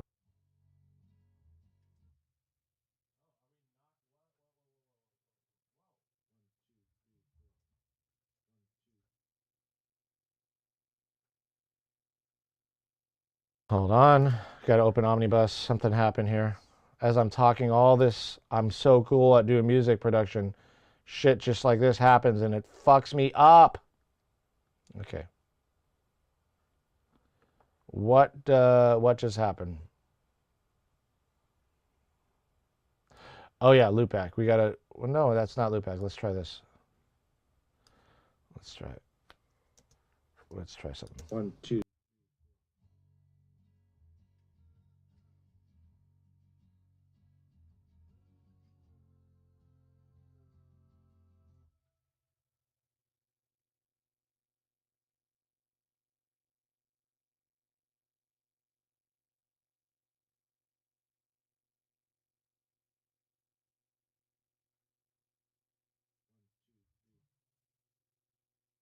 Motherfucker. Did I reset something up? What did I do? Ah. So I got to set this to DAW. Set the recording device to Dante. 128, 64 and 128. Okay, there we go. 1, 2, 3, 4. 1, 2, 3, 4.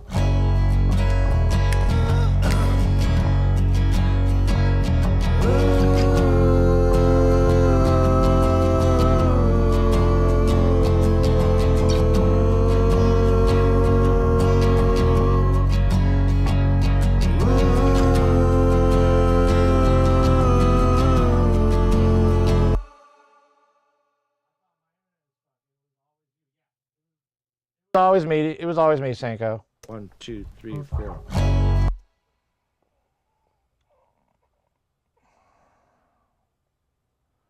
Hold on a second here. 1, 2, 3, 4. Let's try going out of something else here real quick.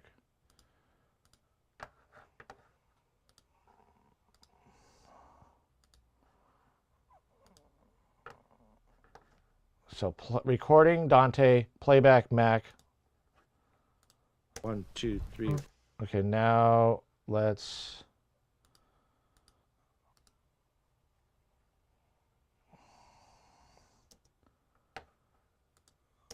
What's going on here? Why? 1, 2, What's 3, happening? 4. Y'all are hearing it, which is fine. Now I'm not fucking hearing a damn thing.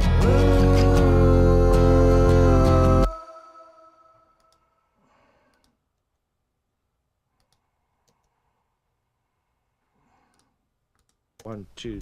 Motherfucker, this was just working. Like literally before stream, I tested all this out. Okay, hold on here. I'm gonna lose my shorts.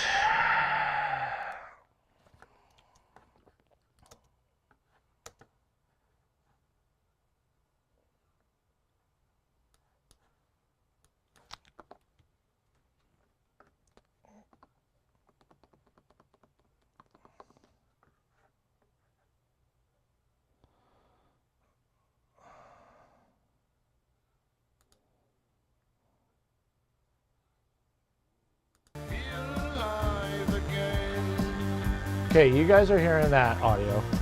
The micro neon lights that shine within. Let's try this.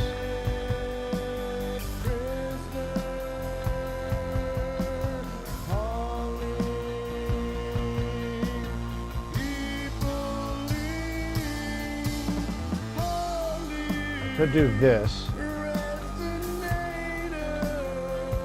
Okay, hold on, guys. I'm having a day.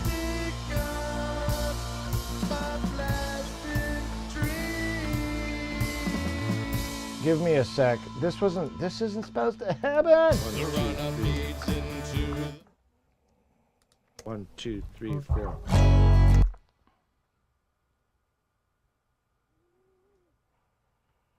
I'm trying to think here.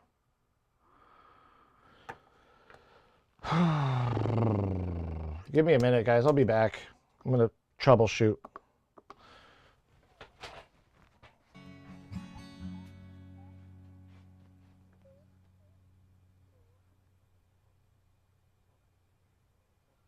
Whoa, that was a good take.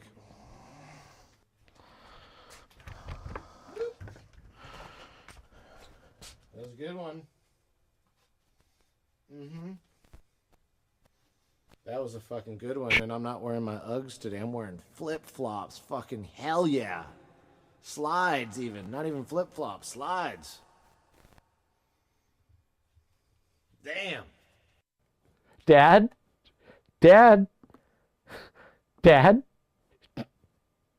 Oh, cold coffee. You couldn't come at a worse time cold.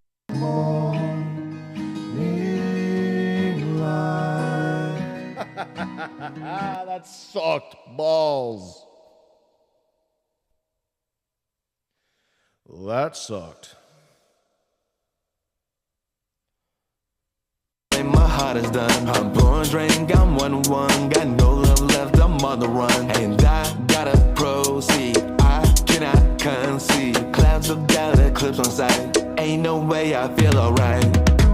All alone at night. So many things that are on my mind. Why I gotta go and find your lies? Why I gotta go and say goodbye? And I can't waste no time. I don't wanna go through another fight. Why you gotta go and tell these lies? Why you gotta hide your phone at night? And I just know that I've been told that That's good.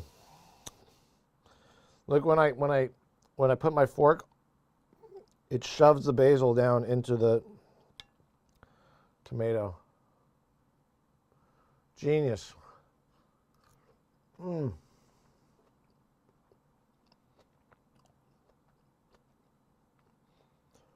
That's so good.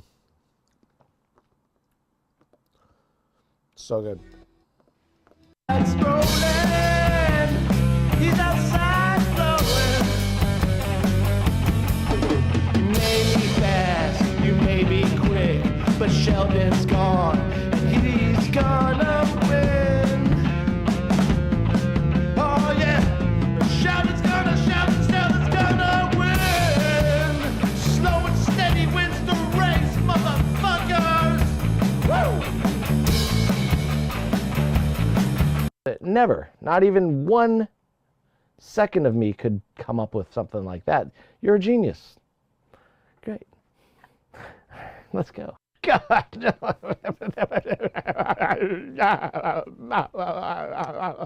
Whoa. Tell us where you've been. Bar soap. Bar soap. It fucking worked, Mom. It worked. It worked.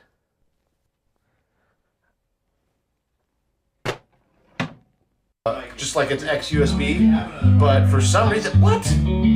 My phone does this? Oh shit! Oh shit! My phone does it too! My phone does it too! Liquado, you're a Mac user, look! Holy shit!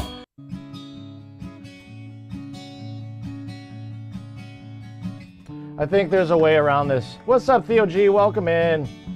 2 months, welcome in. There we go.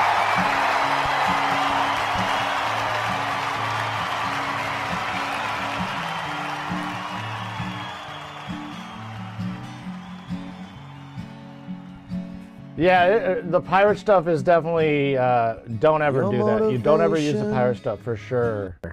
For sure. Now, my balls, on the other hand. For sure, don't use the pirate stuff. Theo G, that's pretty cool emote you got there. Man, thank you for the sub. Yo, so we are doing free feedback today. We're just, songs are going in it's back burner feedback. So if you did subscribe for feedback, we can hold your I've been good. I'm just having issues right now with playback. 1, 2, 3, 4. Like, I can hear this fine. 1, 2, 3, 4. Oh, let me check Dante. That could be the issue. No, it's not Dante. So I'm having a day right now with Omnibus. Now, there is a way around this, which I didn't want to do this. I didn't want to have to do this, but we're going to have to do it. We're going to have to use loopback in tandem with, basically with it. Where are we at? Loopback. Let's see what happens here. 1, 2, 3, 4. Wow, okay, loopback. What? Okay, we're having a day, guys, right now. Sorry. I'm having a bit of a technical night meltdown right now. Let's fix Studio One. Let's make sure Studio One's activated. Oh man. Where are you, Studio One? Studio One is on. 1, 2, 3. Okay, now let's go out of, let's go Dante. 1, 2. Okay, there we go. All right, that's the way we're gonna do it. 1, 2, 3. All right, tell me if you guys are hearing this. Let's see. 1, 2, 3. Now you guys 1, aren't 2, hearing 3. it. Okay. 1, 2, 3, 4. So I'm hearing it now. I'm about to lose my mind right now.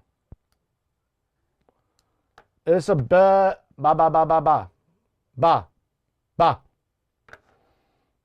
Okay. Let's try something real quick. We're just going to do the playback, regular playback. Just bear with me. If you all have things to do, come back in a minute. I'm just figuring this fucking thing out. I'm really kind of losing my brain right now with this. This is something I fixed last night. Obviously, I didn't. 1, 2. Okay. 1, 2. And I'm looking at Dante Virtual Sound Card. 1, 2. 1, 2. 1, 2. 1. Why isn't Loopback even carrying it anymore?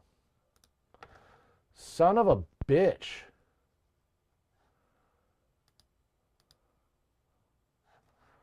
Okay, so Loopback, you should be. 1, 2. There we go. Okay, now it's showing. 1, 2. Okay. Where are we? 1, 2. All right, there we go. Why though? Why? I just want to fucking stand why.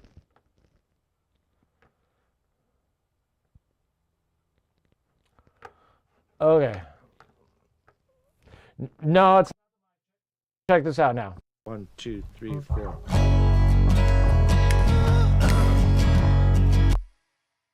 All right, and then on my microphone. This I don't know where this started.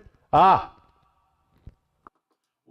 2, 1. All right. We're good. It just sucks that I had to do it this way, though. I'm using Loopback in tandem with Omnibus, which is fucking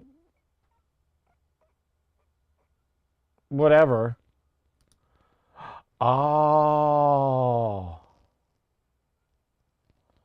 I wonder if it was... No, it can't be. No. Okay, let's try that. Your wonder is correct. You seems kind of dry. I'm kind of dry. I didn't wet my pants yet. I peed my pants, but you can't tell because I'm wearing black. Woo! But pay no attention to this part of my pants, okay? Because I literally shat them just now. It was great. So good. So wet. So squishy.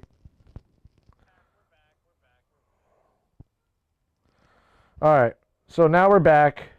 Our friend Doug is back. God.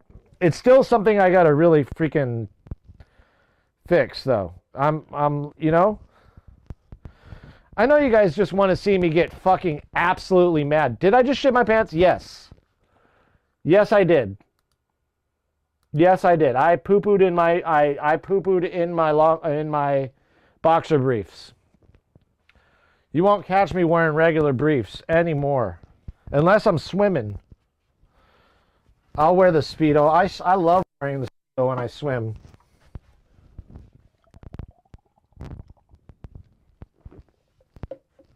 All right, we just put that over there. Let's get to this. I got my slippers on. Let's get them off. I did, though. All right. So this isn't the optimal setup I want to do, but Loopback is kind of my backup plan. Oh, that's a good idea in identifying. Yes.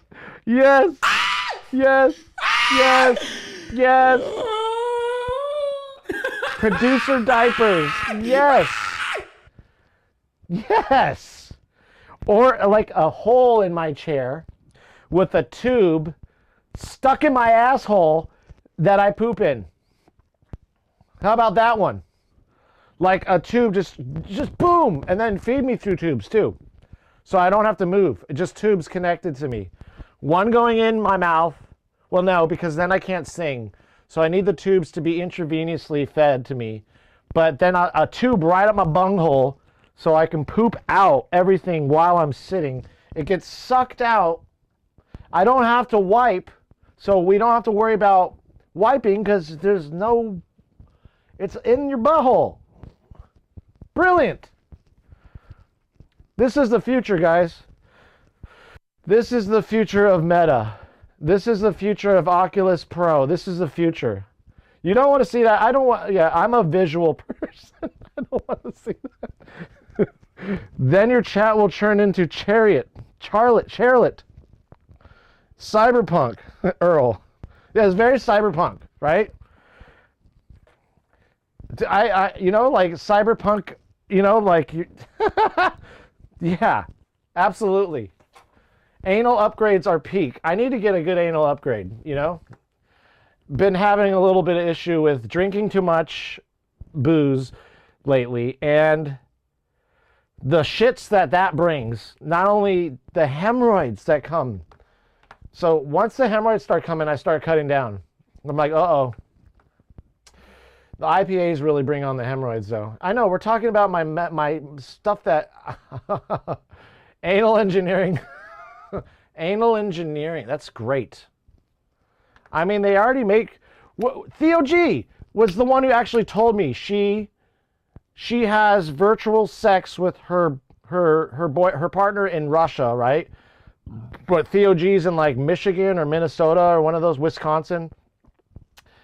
And she said she told me about this software, like bodysuits and all, so they can do like virtual, you know, right? Upgrade your ass to stop passing gas. Theo G, weren't you the one telling me about that? You were telling us in chat you have this, like, what's that called again? That virtual sex software that you can, like, you know, you have a long distance relationship, so you close the gap through a virtual sex app that you use or whatever.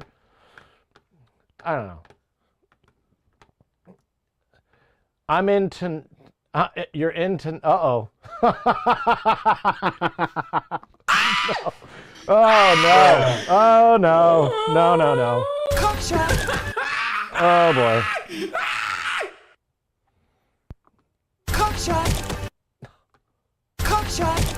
My...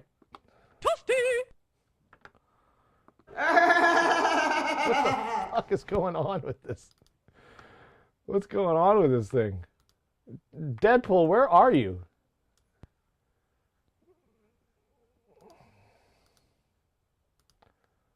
Weird.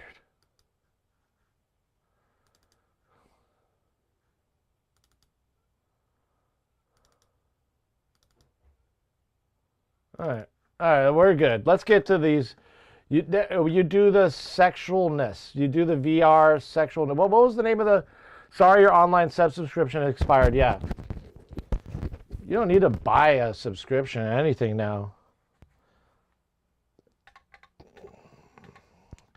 Just need a couple seconds, you know? Just 2-3 seconds. All right, let's hear what we got here. This is what we... Yeah, I see that. It's the... I get it.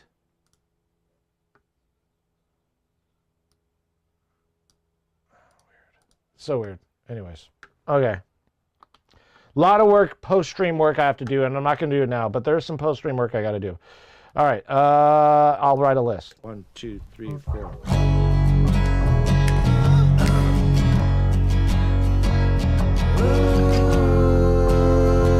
Chat, let me know how it sounds, okay?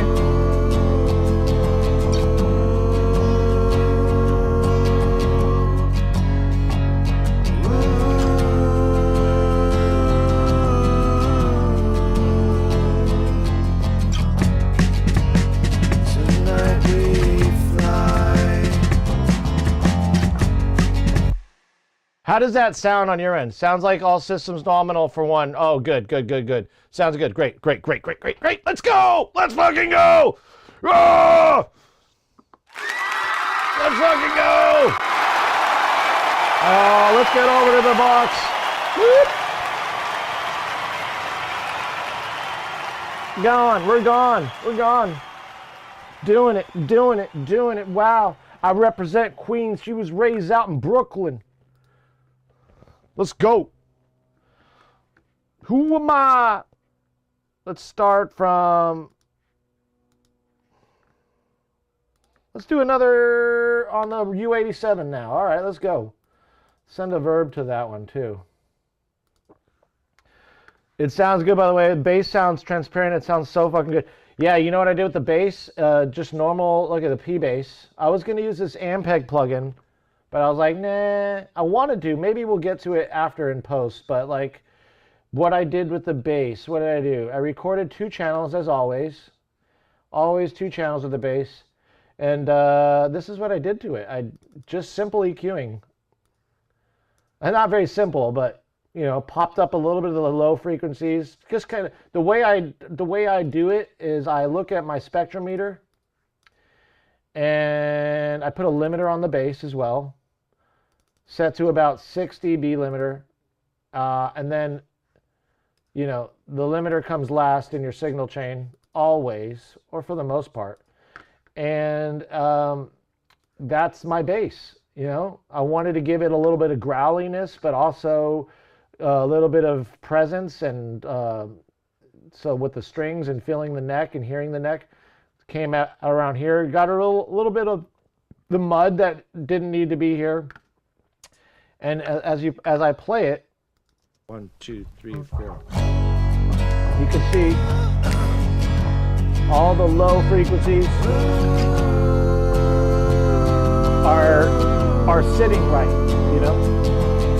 So they're not like, as the frequency gets lower, the bass is not like getting lower. Because that's what happens with bass, is it starts to attenuate as it gets lower. And you just need more energy the bass is there and everything's kind of chilling. And then as the bass kind of walks up to these chords here, or to these notes here, everything's staying at about -12. I can get it higher to -6, but we're not going punk here. We're not doing the whole punk trap thing. So, which trap music and trap bass is very punk to me. All right, so let's fucking go. Earphones are good. Everything's set up. Let's go. Headphones are on. We're good. Hello. Oh, ha ha ha ha. One. Ah! Back and forth here. I need an AI robot. I need a robot in here. Like, not another human. I wouldn't want another human in here with me, right? Sometimes, working with me in here. I don't think it would work out very well.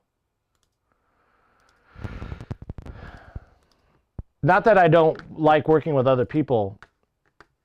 I just feel bad for them having to wait for me all the time, unless they're really into it. It's funny, like Laggy Haggy and I work together all the time on his music. And we just had a long conversation on the phone the other day about working together on stuff, but also like letting him work on his projects before he comes over here to record them. So that way they are like solid, because he's looking to give his own production advice for himself. And let's see how this is going now. We're good. Okay. All right. Let's go. Let's take off these glasses. Here we go. Are we on the U87? U87. There you are. U87. Yo. Tonight we. All right. 1, 2, 3, 4.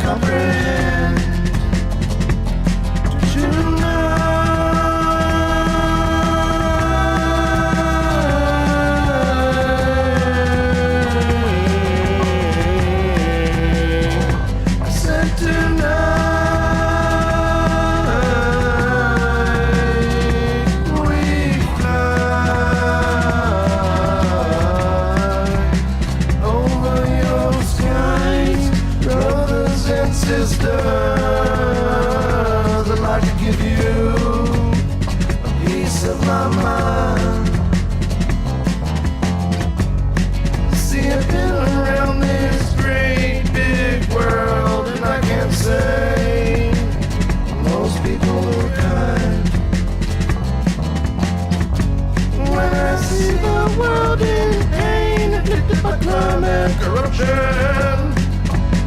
I feel like bleeding out.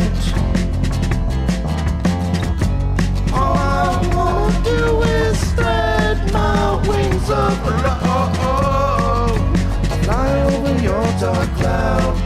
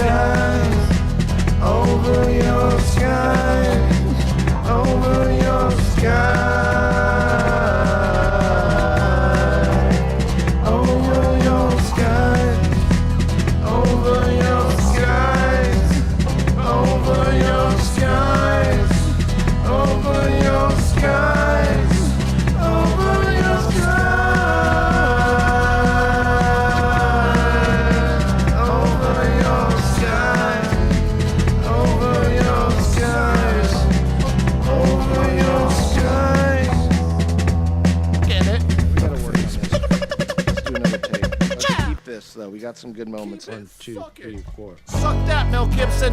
Suck that, Mel Gibson!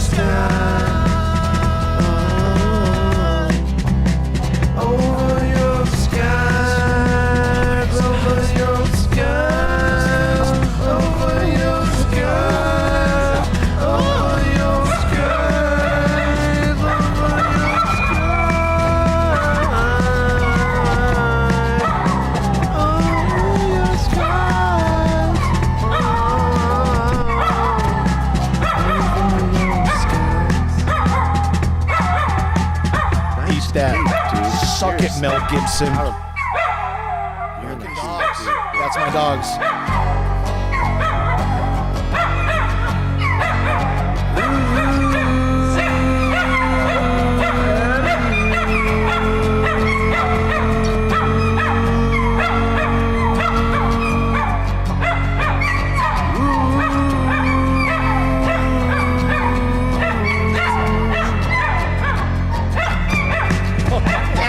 Oh my God, fucking dogs. We're keeping them, but they just don't know when to quit. They just don't know. Okay, back to the mixing. Woo. Ah. Them dogs though. Where's my little button to turn on this little mic? There we go, I'm on. We gotta put you in my pocket. Put you in the pocket. Back pocket, preferably. Yo, that was fun. No, when I see the world in pain, chicken noise. Dude, this song is great. Great performance by Mr. Nick, the professor. PhD right here, baby. It only took me 7 years. All right, so that was fun. Let's go. Let's keep moving. Duplicate it, but we're gonna do it with both microphones on. And we're gonna try just a take without any other audio except for these two tracks. Let's do this. Let's do duplicate. Let's get these two in here. Let's bring them up. Bring them up. There we go. And we're gonna start this take here, and we're gonna do both microphones. So input 5 and input 6. So getting a little bit out of the U87, a little bit out of the, thanks you guys for that, a little bit out of the U87, a little bit out of the AEA A440 ribbon microphone. I like them. I like the U87 for its kind of crispy clarity, just how it is. And then the A440 to ribbon microphone, so they traditionally sound a little bit darker, but they're really, really good. I mean, ribbon microphones are my jam. That's probably where a lot of my sound comes from. Like if you guys listen to my music and you go on Spotify, here's a link to the Spotify. It's really the ribbon microphones. There's one song I didn't use ribbons on, and that was Made It Past the River. And that song actually on Spotify was done not even on my Burl gear. It was actually done on my X32 console. So you can kind of tell the difference between the highs, and it sounds a little thinner. Still sounds good for that matter, but it just didn't have enough low end mid-range that I like, and that's where I really dwell in. Some artists don't dwell in the mid-range. I dwell in the mid-range. It's vintage, it thickens you up, and I think ribbons are really good at handling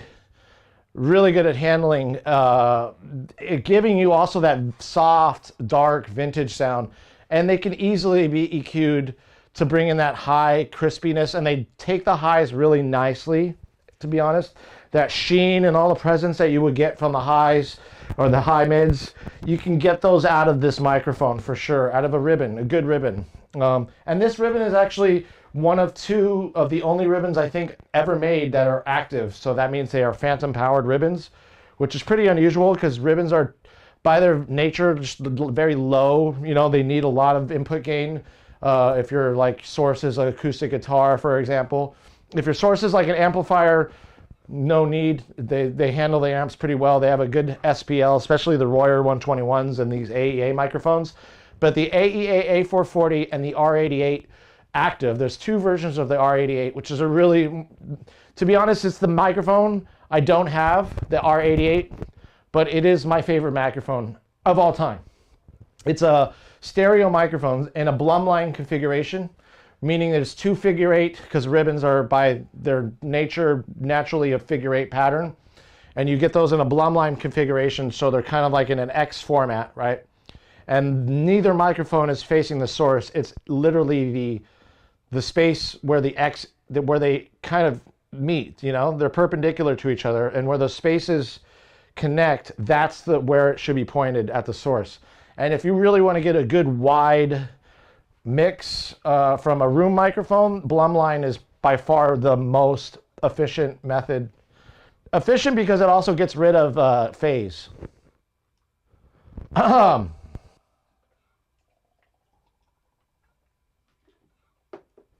right. Let's get back over here. So we got this, and we got another song that I'm trying to do. It's in Spanish, and I don't speak Spanish very well, or Greek very well for that matter. But give me the words, and you will believe that I can speak it fluently. That's what happens when I go to Greece or other countries. I like immerse myself into the culture, and then like even Iraq and stuff when I was there, like my Arabic was a little off, but I once I was there, I was like spot on with it.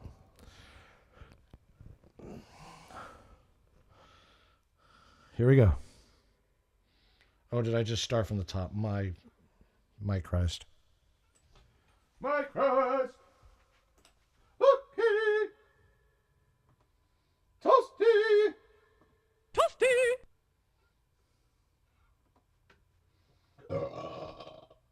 Excuse you, guys. Excuse you.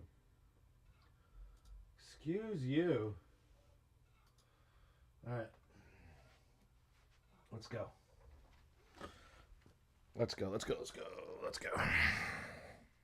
American dogs. That's my dogs.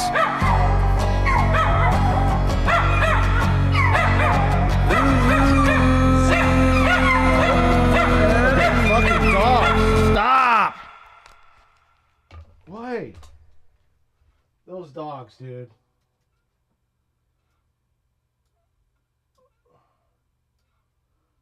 They're like the dogs from that one movie. Like, they're the dog pound dogs. They're like Snoop Dogg's dogs. All right. Here we go. Back into business. We're back into business. It's a work day. Y'all, if you leave your feedback in the feedback queue, go ahead and do it. And today's back burner feedback day. So if I can get to it, we're going to get to it. But lurk around, hang out with me, make funny jokes that are not too serious.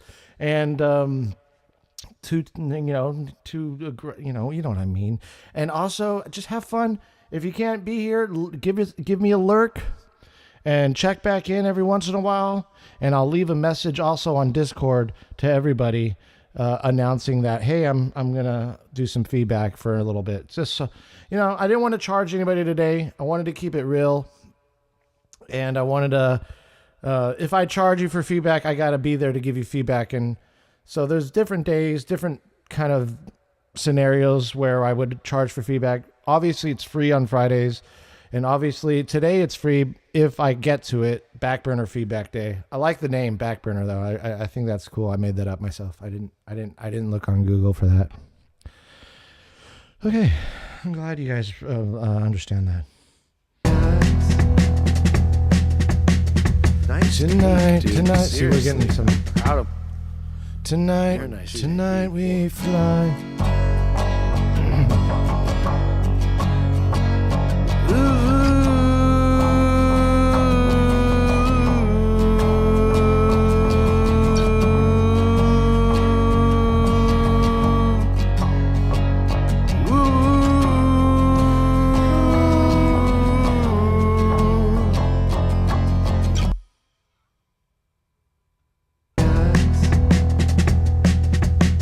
nice. And I don't even know if this is going to be the drum Proud beat, of- but it works for Very now. nice. 2, 3, 4.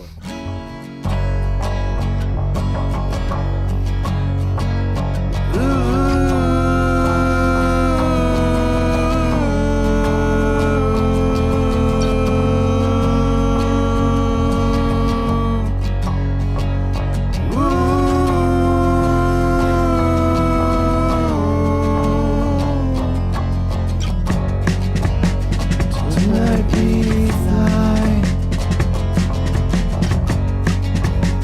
over your skies. From the second the sun goes down to the moment of the sunrise. Oh yeah. The light absorbed by pain inflicted by scrolling when I'm awake. Oops, I did it again. I'm not digging the mic. I'm not digging the two mic setup. Not digging it. Not digging it. Back to the drawing board.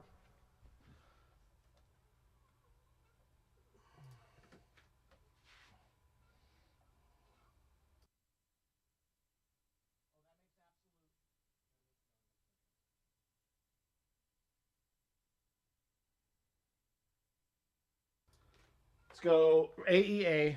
I'm using the AEA for more close, more bottom end. Let's go.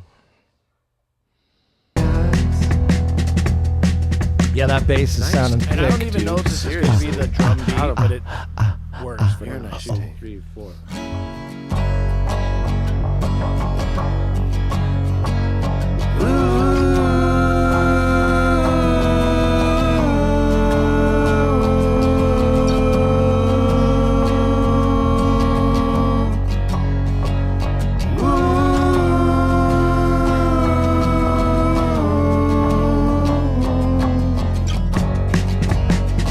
Tonight we fly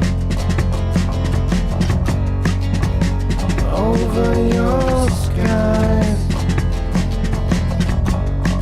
From the second the sun goes down to the moment of the sunrise. Oh yeah.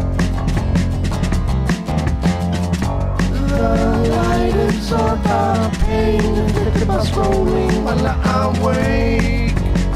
Oops, I did it again. Social media has rendered us slaves, not difficult to comprehend. Tonight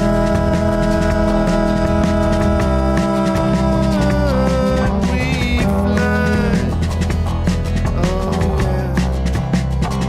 I said tonight. I'm thinking We fly over your skies, brothers and sisters. I'd like to give you. I'm not feeling this. I am not feeling this microphone on me right now. Mother of God.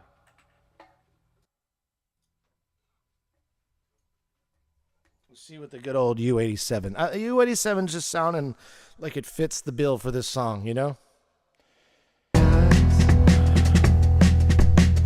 Nice. And I don't even know if this is going to be the drum beat, but it works for now. nice 2, take. 3, 4. Tonight we Kind of has a little bit.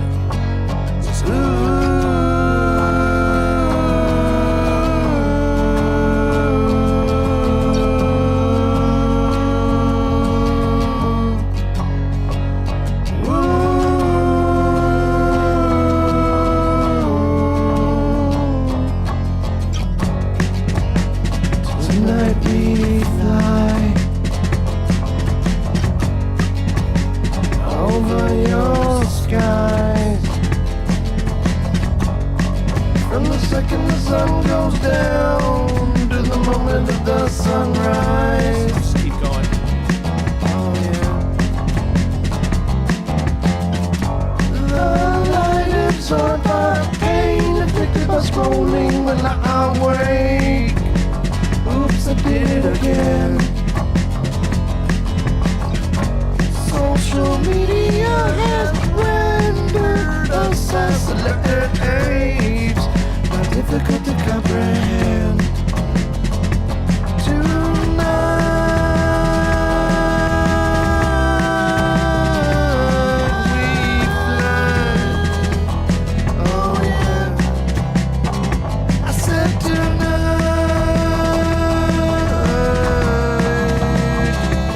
we fly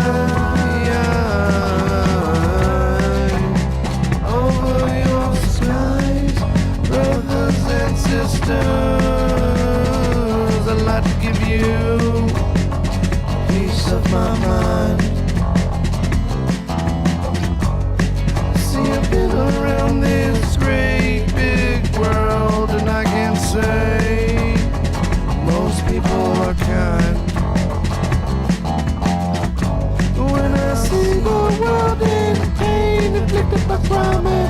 band. I feel like bleeding now. All I want to do is spread my wings up low, fly over your dark cloud tonight.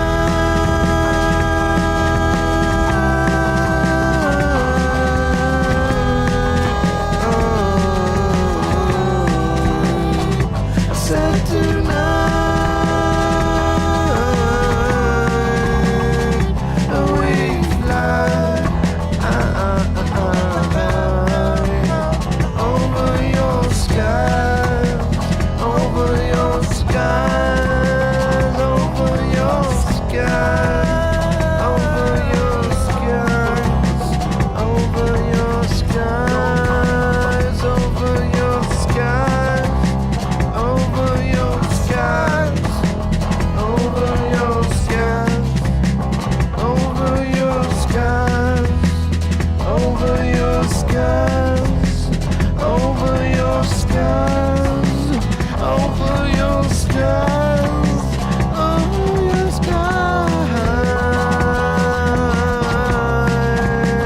over your skies,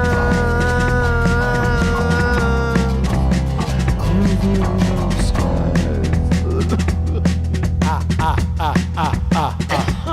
A little more verb. I mean, that sounded good, but I didn't like it. I don't like it. let's try this again.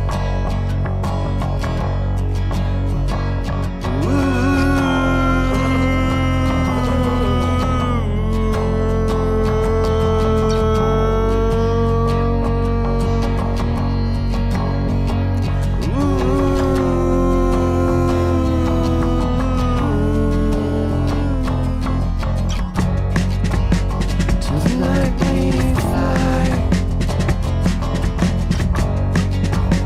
over your skies. No.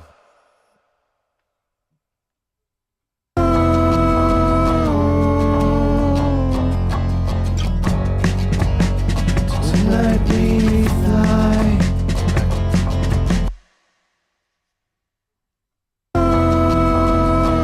Tonight. Tonight we fly over your skies. From the second the sun goes down to the moment of the sunrise. Oh yeah. The light absorbed by pain, afflicted by scrolling when I wake. Oops, I did it again. Social media has rendered us as slaves, not difficult to comprehend. Tonight we fly. Oh, yeah. I said tonight.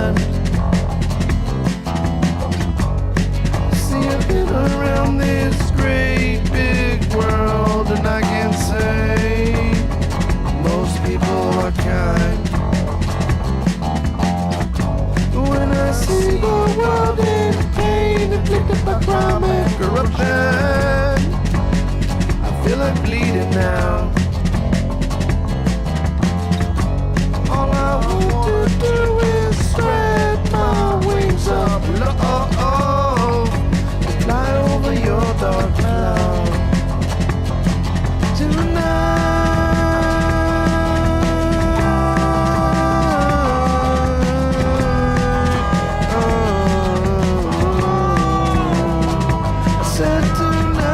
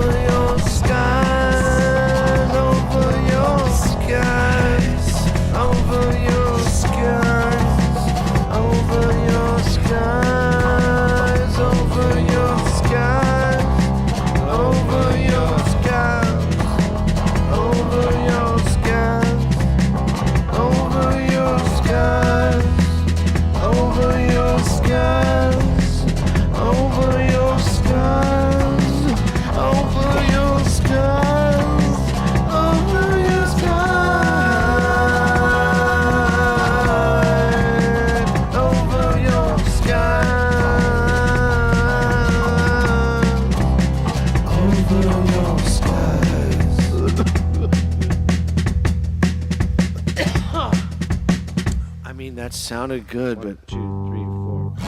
let's try this again.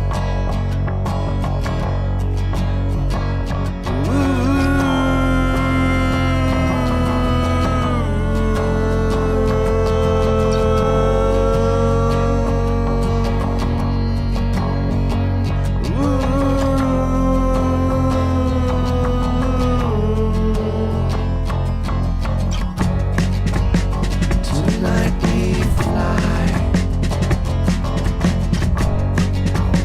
over your skies. From the second the sun goes down to the moment of the sunrise. Oh yeah. The night is so arcade, the bus rolling when I awake. Oops, I did it again. Social media has rendered us as slaves, difficult to comprehend. Tonight,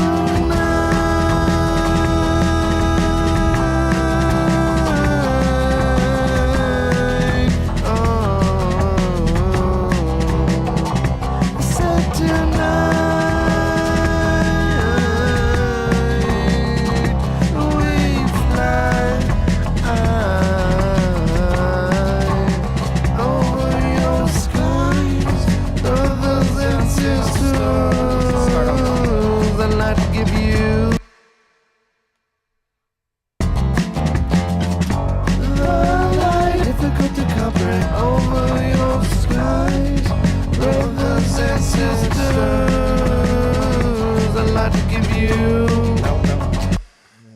Nope. Right, let's go again. Over your skies, brothers and sisters. Nope. Brothers and sisters. Let's see. Over your skies, brothers and sisters. I'd like to give you peace of my mind. See, I've been around this great big world, and I can say most people are kind. When I see the world in pain, inflicted by crime and corruption, I feel like bleeding now. All I want to do is spread my wings up low, fly over your dark cloud.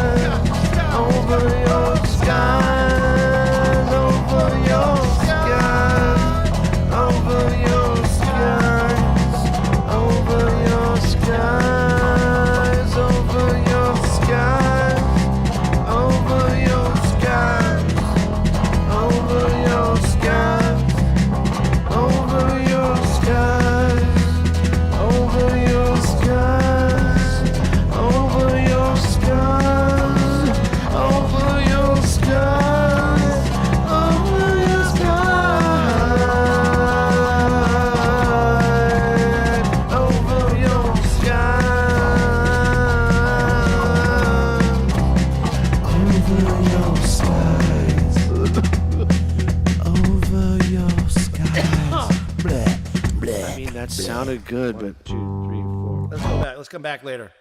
We got some takes of this. Let's come back. Let's move. Let's keep moving. Okay. Let's check up on chat. What Audio Technica headphones do you, sir? If you don't mind me asking, I need to buy better headphones. Absolutely. Let's talk about headphones for a second here. Okay. Yeah, let's talk about headphones for a second here. Let's save this session. Might come back to it later. Might want to do, I don't know, something. Feeling lo-fi is next. Backup. Yes, let's go with the backup. Yeah, so I use the Audio Technicas. Absolutely, they're great. They're really, really good. They're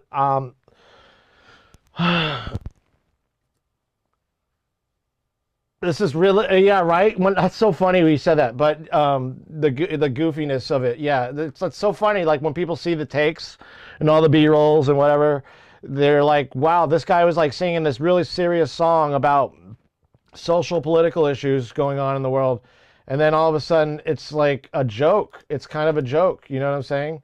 I totally agree. I do that. You know, I'm kind of goofy, kind of have fun with stuff. You know what I mean?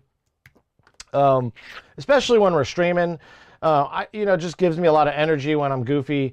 But yeah, other than that, like let's look up.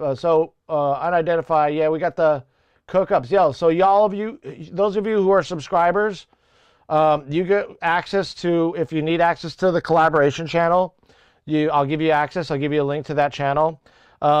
We've got a couple songs in collaboration. We got something with Casey. We got another one with Senko De. We could probably maybe try to work on one of them today. Since Senko De's here, we might want to get to that one. But let's try this one fucking very hard song. It's all in Spanish. As you can see the lyrics. I chat GPT'd the lyrics. I phoned a friend who speaks fluent Spanish, who's actually, his wife was born in Mexico and everything. So like she's like, "Oh my God, this is such a good song. It's so good. The lyrics are so wonderful." And I only read her the lyrics in Spanish. The only thing she told me that I have to do is make sure that the accents are, because if I don't place any emphasis where the accents are, then it's hard to understand, or it almost sounds like bad Spanish. So yeah, this is about January. That's interesting. Constance was curious about the command. Unless, yeah, we are definitely up for doing collaborations. And once you guys subscribe and want to collaborate, we've got some songs right now in the back burner, just like feedback. But we've got some songs in there, and they're fire. They're like the ones we've got. We got one from Casey, who's like really new to music production, and has some issues sometimes, like with pressing the notes on the screen and everything. Has certain disabilities that like prevent him from playing guitar and stuff like that. So he's doing the best he can with his iPad and his computer, and he's been learning a lot. And actually some of the chords he comes with are like straight up horror movie chords. Like they're just like suspenseful. So we used some of the stuff he did and included in a collaboration we're doing. And I like took what he did and I was like, okay, let's kind of just line everything up so I can, work with this. So we lined everything up and we made some kind of like weird, crazy kind of horror movie thing, which it probably is only going to be now that I think about it, it's probably going to not be too crazy from what it is. But could you said calm down aggressively? I remember the song about January. Yeah. So let's try this. This is a song I wrote. As you heard, this is a song, it's bare bones for the most part. But to be honest, I really want to keep it as simple as I can. Let's give it a listen real quick. Those chords, these are like lo-fi. I got these sounds off Splice, but changed them. So I used Studio One, has this little chord track here. Where is it?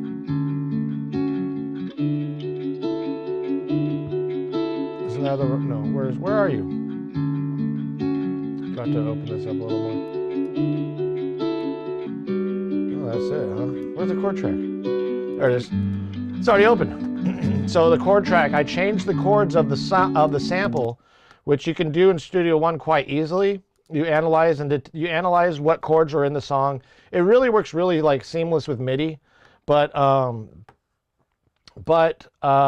we took those, we made new chords out of what existed. And then we took some violin samples. I didn't want to use anything outside of a Splice for this particular song. So we took some violin samples and we literally melodined them. So we just used the violin for their strokes, a little bit of the breathing that the violin does, just more of its like kind of its vibrato and for its velocity, the way it hit those notes. And just the way the bow is like across the strings, we wanted to utilize it for that. Not every sample can do this, so you got to listen to the samples and Sometimes you got to use one of the same sample and change the pitch of one particular sample versus the other. But that's what we did here. We changed the pitches. The song is, this is not the way we heard the original version on Splice, that's for sure. If I were to take off the Melodyne, for example, if I were to just turn that Melodyne off, this is what... Wait, that's not it. Okay.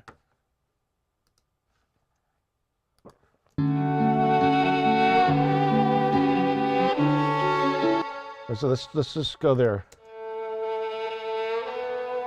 Let's see what I do here. Okay, I think I already rendered these. So what I did is I rendered them and then I melodined them so that they are different notes than what the notes we heard on Spotify or on Splice. And this is what we got. It sounds really good. It works.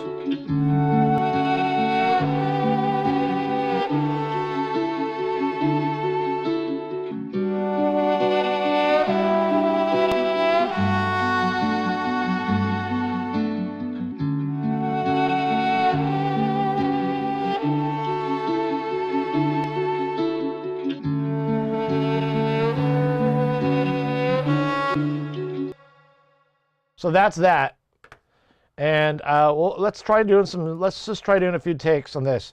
This is definitely a song I want to use my AEA 440 on. It's just a soft song. It has all those soft components to it. It's a love song. It's a love song, and we're gonna read it in Spanish. So my Spanish is not very good, but we're gonna make it work, and then we'll get to a couple. We'll take a break, get to a couple songs on feedback. I'm kind of sweating already. And I've got to pee. So let me pee real quick and then I'll be right back. Gotta go pee.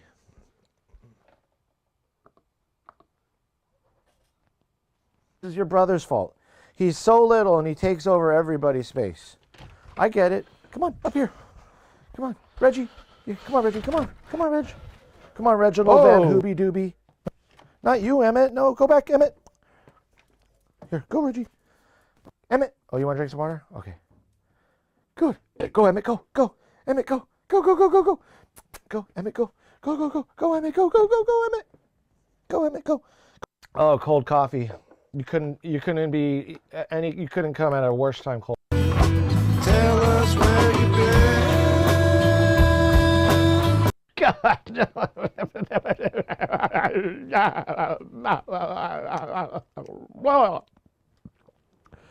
Just like it's ex-USB, but for some reason, what? My phone does this? Oh shit! Oh shit! My phone does it too! My phone does it too! Liquado, you're a Mac user, look! Holy shit! When I'm driving, every time I pass a light on the street, like the street lights, right? From one street light to the next, always works with the song that I'm listening to for some reason. When a car cuts in front of me, it works with the song that I'm listening to. When a car makes a turn to the right, the song somehow accompanies that right turn. I don't know why. It could be any given song on the radio, and it still works with everything that I'm looking at.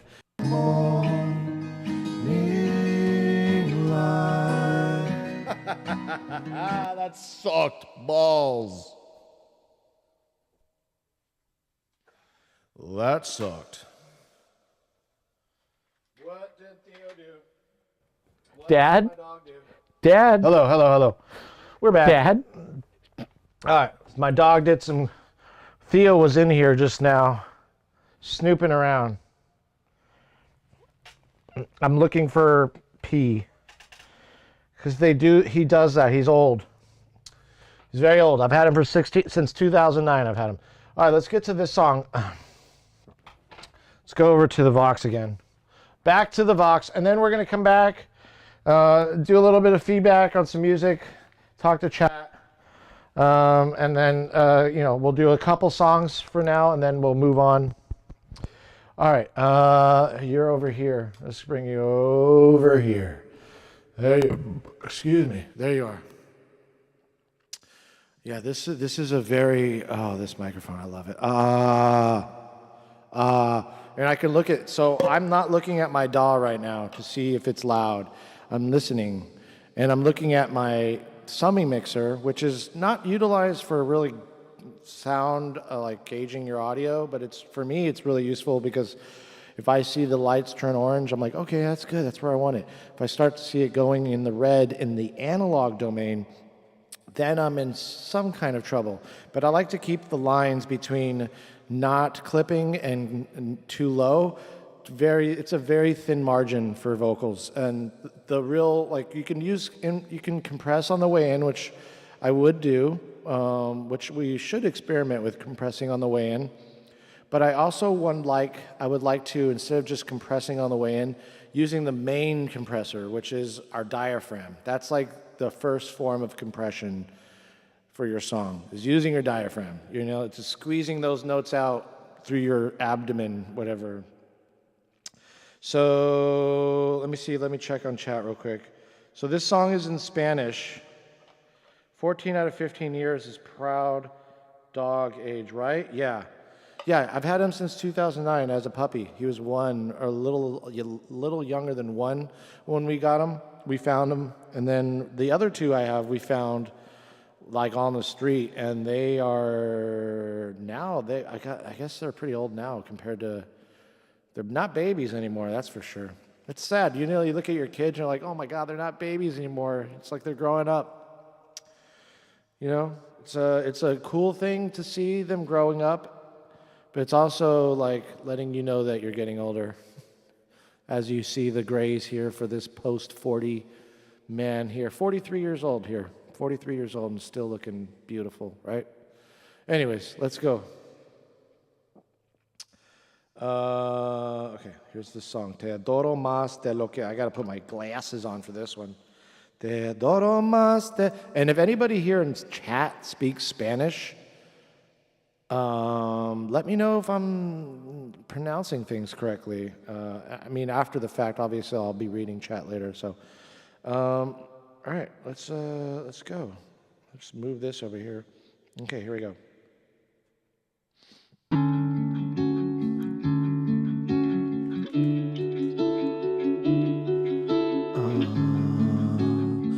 Te adoro.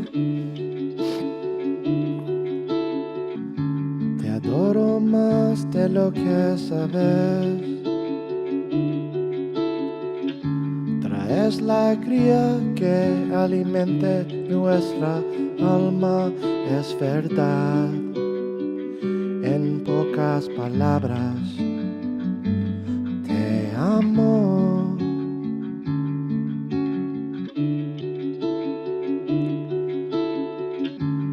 Nuestros hijos corren por el campo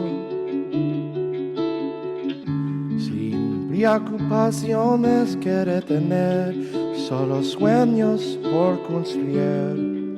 ¿Recuerdas cuando éramos jóvenes?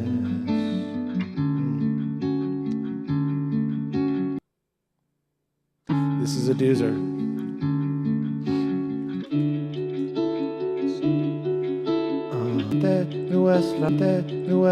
Te adoro más de lo que sabes.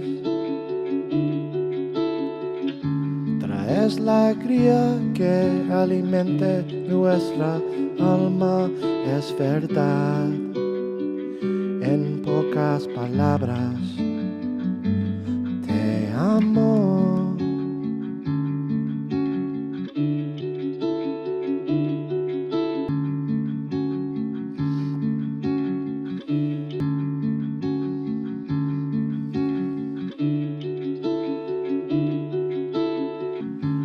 Adoro más de lo que sabes. Traes la cría que el mente nuestra. I like that first verse.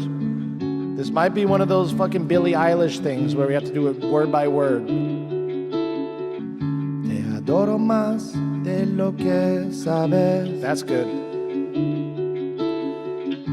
Traes la alegría que alimente nuestra alma, es verdad. En pocas palabras, amo.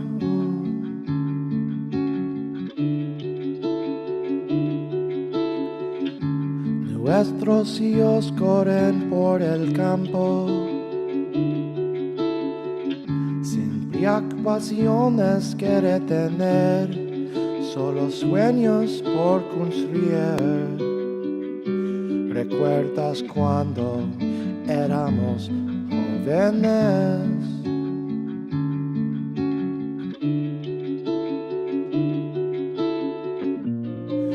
Viviendo el presente. Let's hear that.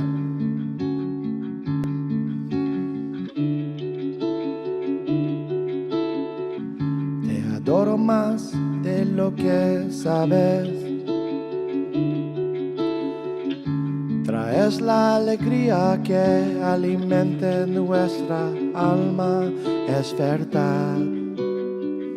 En pocas palabras, te amo.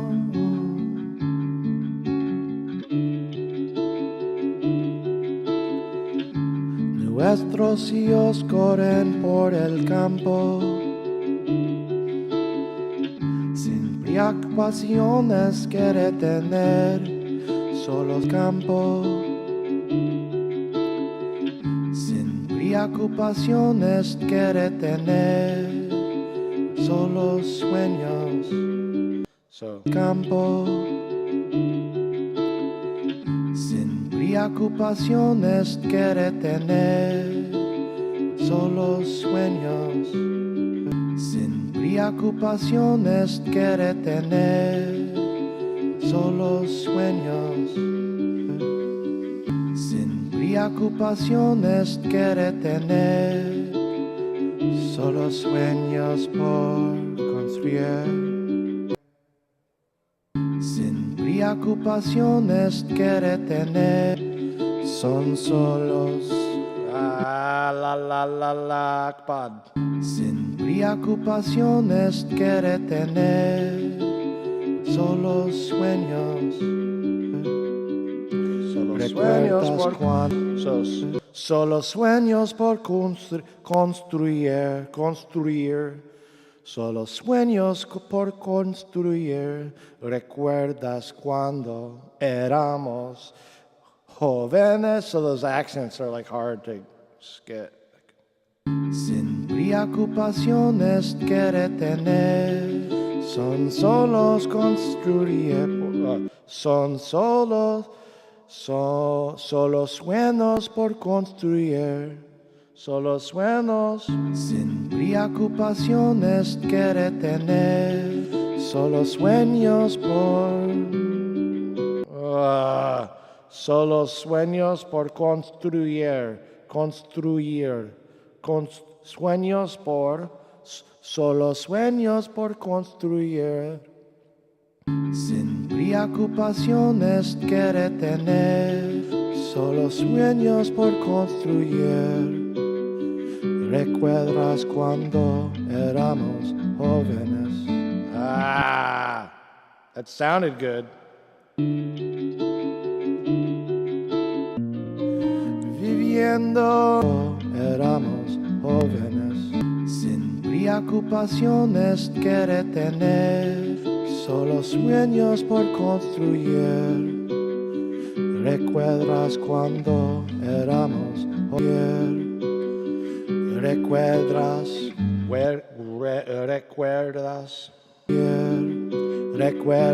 cuando éramos jóvenes? Jóvenes, not jóvenes, jóvenes.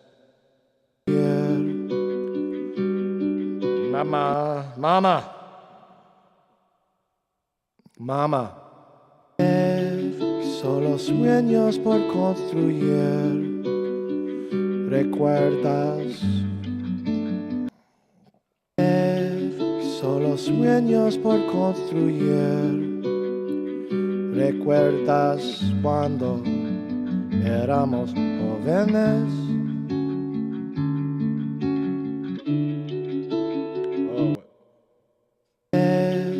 Solo sueños por construir. ¿Recuerdas cuando éramos jóvenes?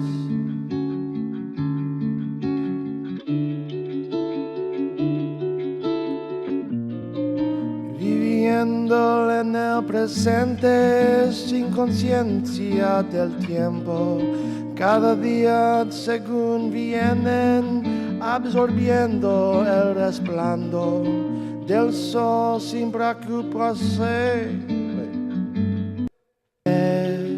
Solo sueños por construir. ¿Recuerdas cuando éramos jóvenes? I'll have to tighten those up in post.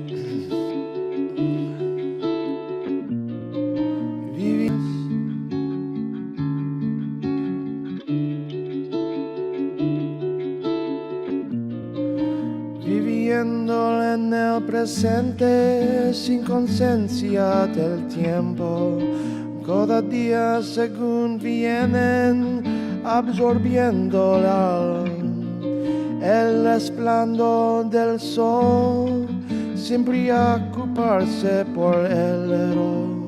Los pensamientos corren por las mentes. Oh, dude, this is so fucked up. I gotta figure out a fucking way to shorten that because it's not right.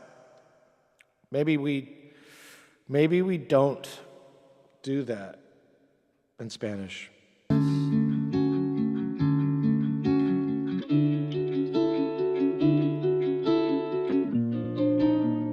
Living in the present, not aware of time. Each day as they come, soaking up the sunshine. Not aware of the clock, thoughts race through minds. A new storm to watch, a new wave to ride.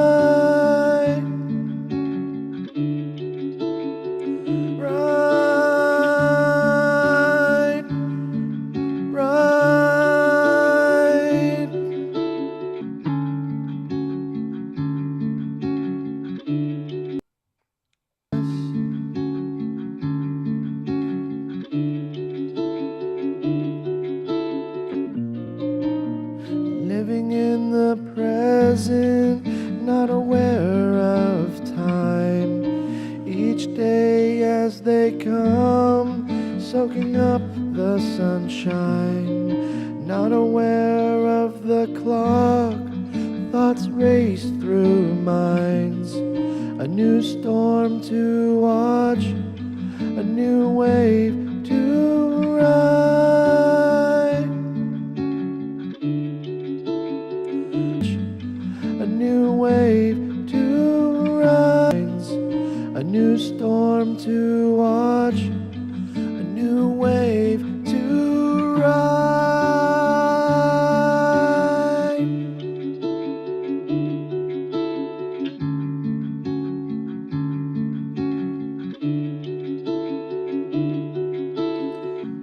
I adore you. Ooh, I almost lost myself there.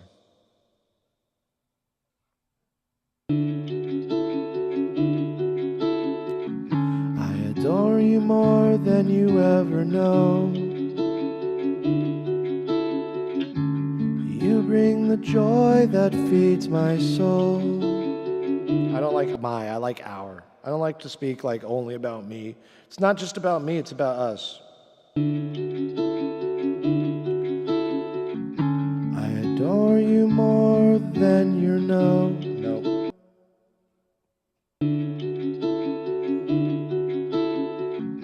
I adore you more than you know. You bring the joy that feeds our soul. It's true, simply put. Yo, you're on speaker. You're on speaker. What's up? I'm streaming. Oh, you are right now? Yeah. Oh, I had no idea. No worries. I just want to let you know you're on speaker before you talk about my penis size to everybody. So. Usually when Yeah, I was worried. All right. Well, good reasons for panic. I'll see you in stream. Okay, see ya. Okay, see ya. Wouldn't want to be you, bitch! He got that after I hung up. That was Laggy Haggy, by the way.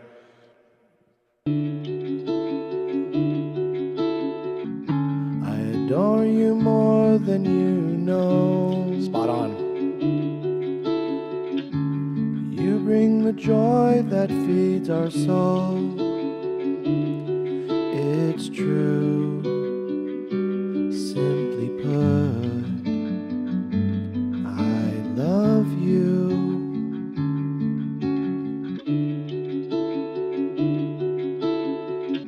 Our children run across the field. No worry to hold, only dreams to build. Do you remember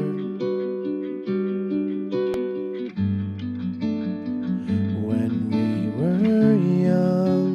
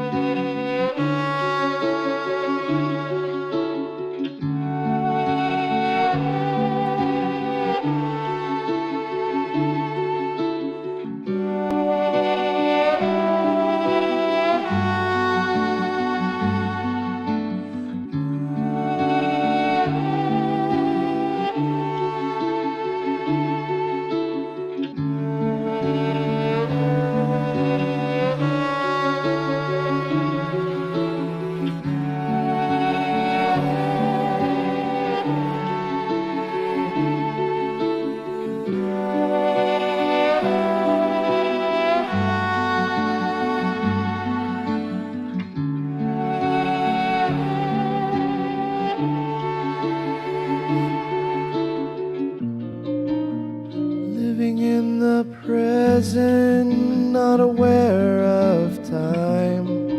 Each day as they come, soaking up the sunshine. Not aware of the clock, thoughts race through minds. A new storm to watch, a new wave to ride.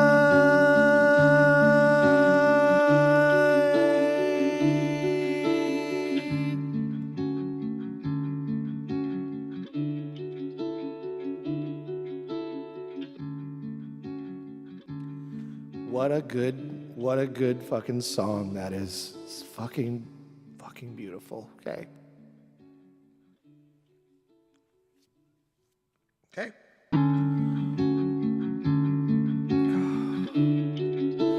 Couple more takes of this. I think we got it though. We did it. Te adoro más de lo que sabes. Traes la alegría que alimenta nuestra. Oh no shit, I sucked at that real hard.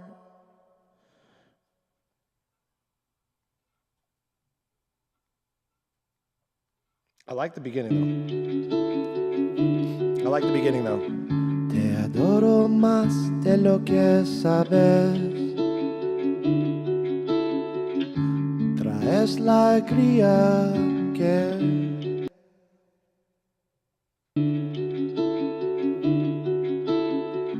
te adoro más de lo que sabes.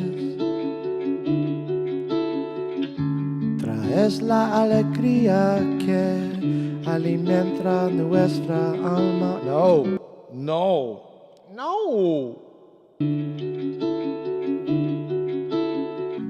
Te adoro más de lo que sabes. Traes la alegría que alimente. Traes la alegría que alimenta nuestra alma. Traes la alegría que alimenta nuestra. See, that one I kind of have an issue with. Te adoro más de lo que sabes. Traes la alegría, la alegría.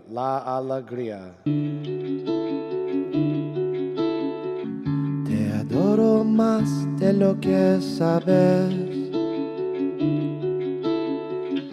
Traes la alegría que alimente nuestra alma, es verdad. En pocas palabras, te amo.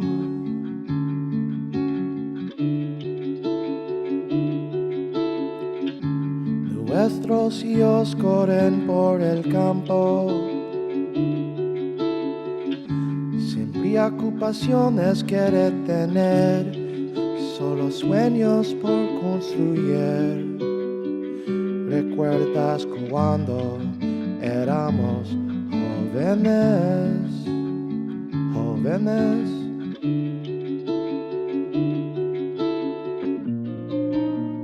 Living in the present. Okay, so I like that. Let's go. Te adoro más de lo que sabes. Traes la alegría que alimente nuestra alma, es verdad. En pocas palabras, te amo. Alimenta nuestros hijos corren por el campo, sin preocupaciones quiere tener, solo sueños por construir. ¿Recuerdas cuando éramos jóvenes? Jóvenes.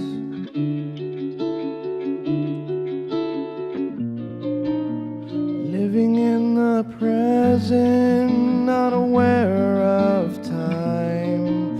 Each day as they come, soaking up the sunshine. Not aware of the clock, thoughts race through minds. A new storm to watch, a new wave to ride.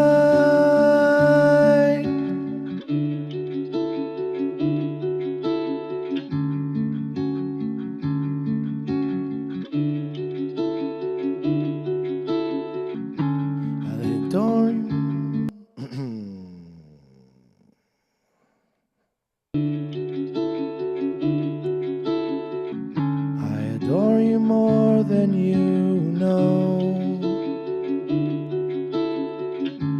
You bring the joy that feeds our soul. It's true, simply put, I love you.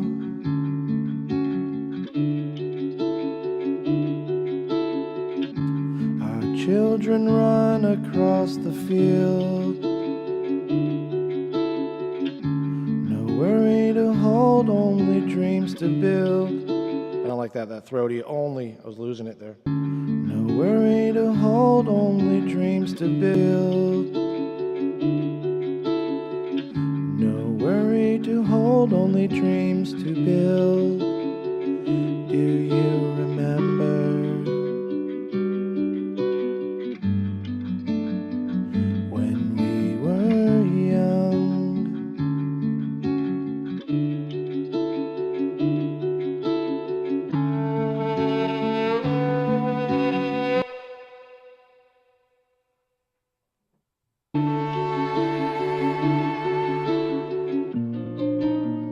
Living in the present, not aware of time. Each day, blah, blah, blah, blah, blah, blah.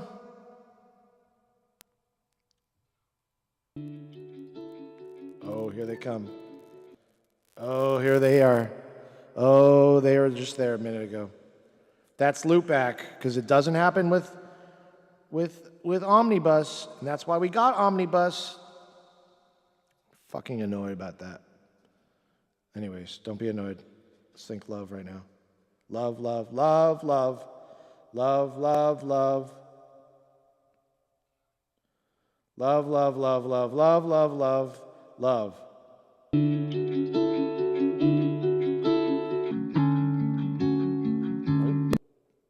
Messed up. Where are we? Where are we?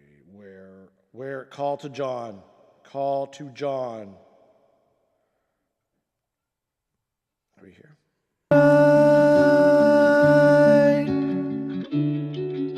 Of you, young.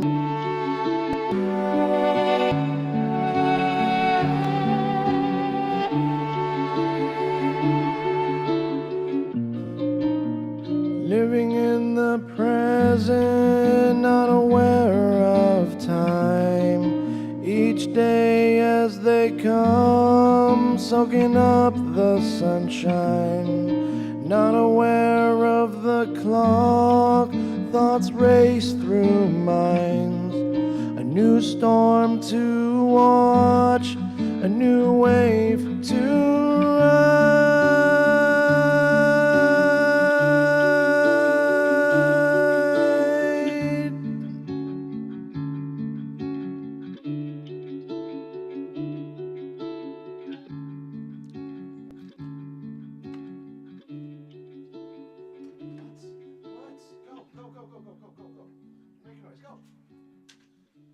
Killing me, Smalls. You're killing me with your barking. Go hang out with your brother. Here we go. Oh, here they come back, the beasts. Fucking beast.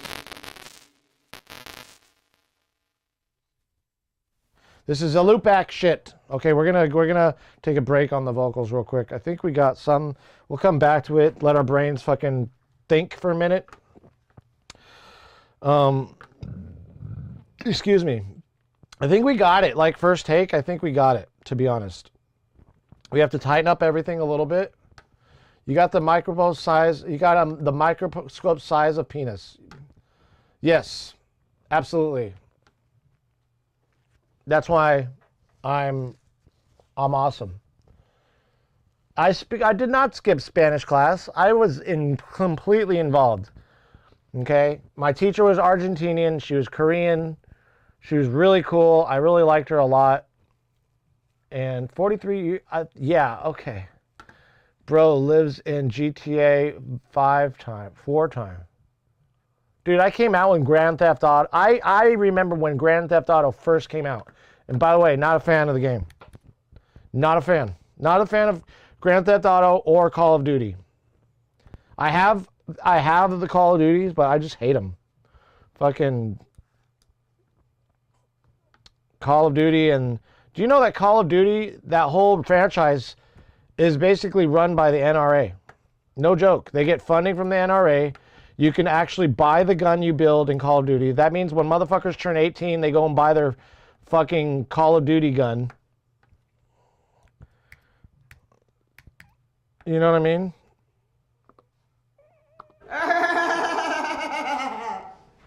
Fucking old ladies with fucking... You sure a fan of Pepsi, man, on PS1? I don't drink soda. Every once in a while I'll have a Coke. But I don't drink soda. I say that like I'm really healthy. I drink fucking beer. Okay, I drink soda for adults, I guess, if you want to call it such a thing. Yeah, this is on board. I mean, this is one of the best takes we've done on this song so far. I just want to give it a little...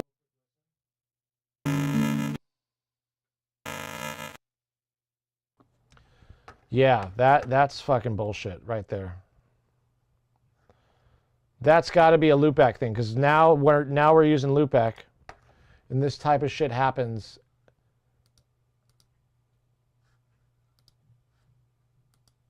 Okay, turn it back on now. Yeah, now we're back. I have to like literally toggle the loopback switch on and off. It is a loopback thing. The thing I thought Omnibus would be fixing this. Today after stream, I'm going to be doing a lot of post-stream work. Like some more overlays with my body. And stuff like that, you know. Let me catch up on chat. Cole. Where are we at? How's chat doing?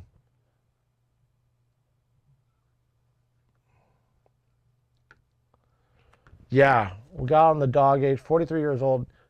Sanko's busting my balls here. Wait till you're fucking 43, motherfucker, okay? Okay? Brother, wait till you are 43. Okay? Wait.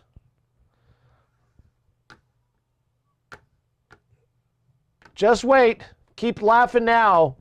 Keep laughing now, you young little punk. Punk ass kids.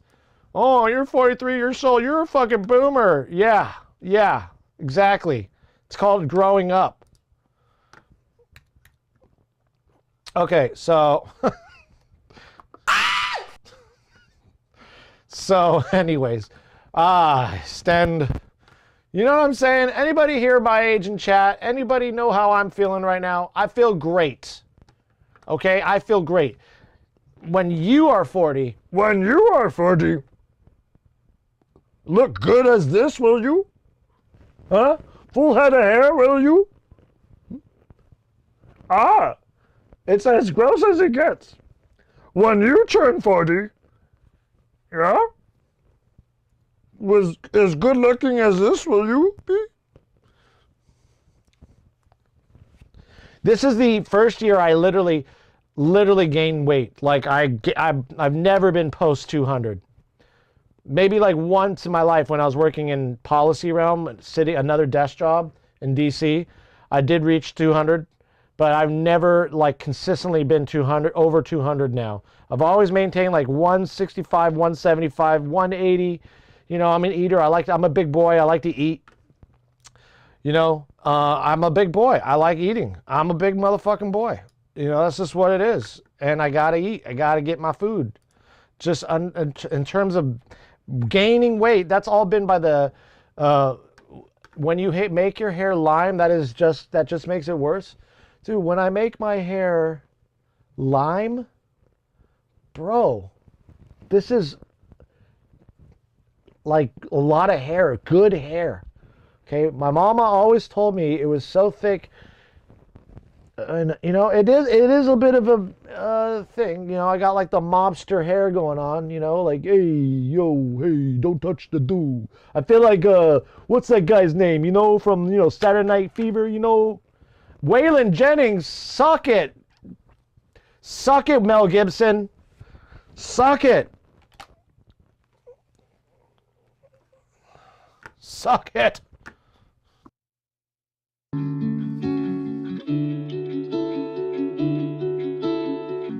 Te adoro más de lo que sabes. Traes la alegría que I'm glad that he's awesome. Nuestra alma es verdad. En pocas palabras, te amo.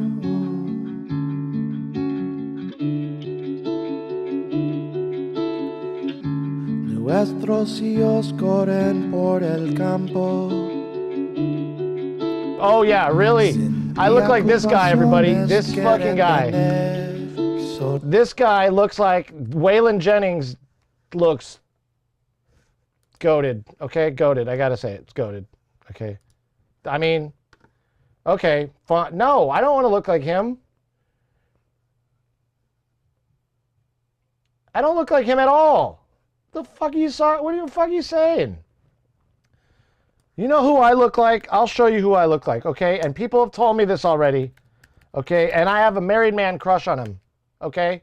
Boom. That's who I look like. Ryan fucking Reynolds, okay? Ryan fucking Reynolds. Cockshot. Cockshot. Of course. Right? You guys see it, right?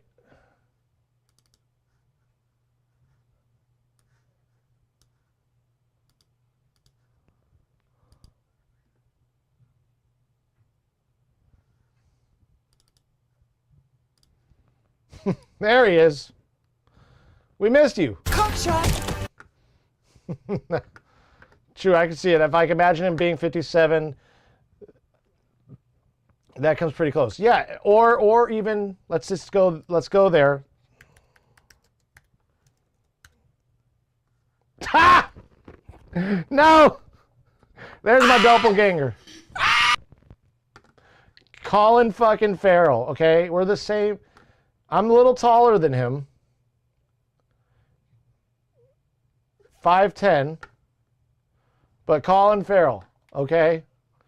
I'm slightly taller than Colin Farrell, though. But that's me right there. That does not look like him. I guess so. Without the beard, he looks like a baby. Same here. I need to get both my ears pierced. That's it. He does not like me. I don't think he'd like me either. You know who else I look like? You want to see my fucking actual... you want to see my actual doppelganger? Okay, are you ready? This is my doppelganger, okay? There. That's my doppelganger. Pizza the Hut, okay? Pizza the Hut is my doppelganger. Max Payne, if he's not an alcoholic. Well, the term alcoholic is not a term anymore. We got rid of it. So it's now substance abuse disorder in the DSM-5, which is the Diagnostic Statistic Manual for mental disorders. And so they got rid of alcoholic, guys. Alcoholism is no longer a thing. So we don't have to like live under that umbrella or that stigma of being alcoholics. Because they kind of fucking say shit like, once an alcoholic, always an alcoholic. Like, shut up, you know? Like, why do I have to have that label placed on me forever so that I'm forever in shame of the decisions I've made in my life? Do they call, like, since I was in the Marine Corps and fought in combat, should I be called, like, a killer? No, that's a stigma, right? Like, you know, like, I was, you know what I mean? Like, the stigmas, like, they place on people. They think it's going to help them get better, you know? Anyways,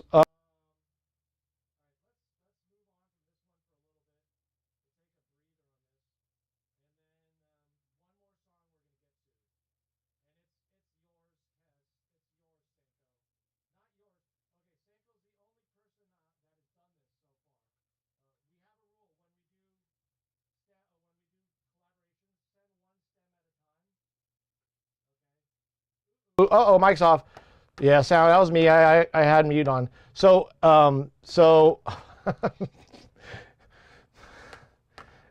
everybody's quick to get the mute. Thank you for that. Yeah, so Sanko and I worked on, okay, so I allowed this once, you know, but normally I won't allow somebody to send me an entire song at all and then consider it a collaboration. Basically, I'm doing session work here. So the least I could have done with this song is actually create the lyrics. He like wrote lyrics for me. I was like, no, I'm not doing this isn't just your song. I was like, this is our song, a collaboration. So in the spirit of collaborations, people usually just send like a bass line, like Paddy Malarkey from start to finish, you know, and one like stem, maybe a stereo mix of their drums. That's fine, you know, but like sending me an entire song and then making lyrics for me to read off, that's session work, bro. But for this one, just this once, like it was early on, we will, what the fuck, where are we with this, by the way? Oh, that's so awful. Let's see where we got here.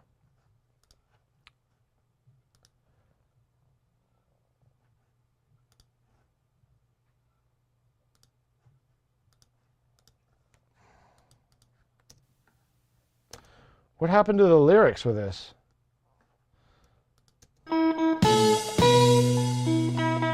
Oh God.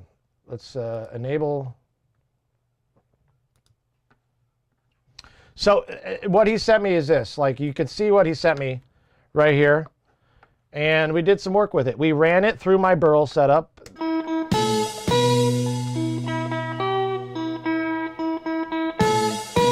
Kind of cool, right?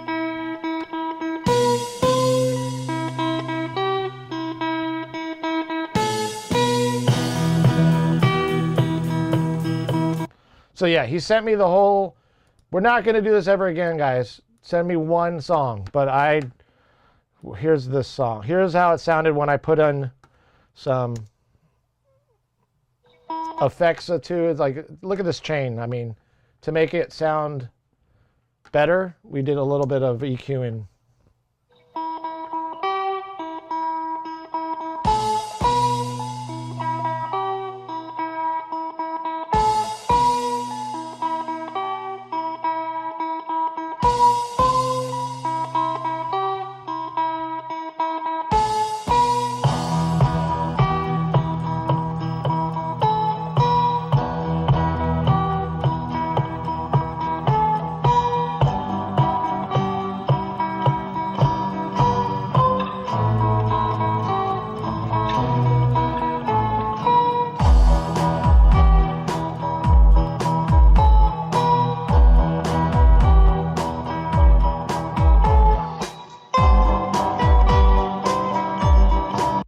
It has a little funness to it, but these are the lyrics I think I came up with.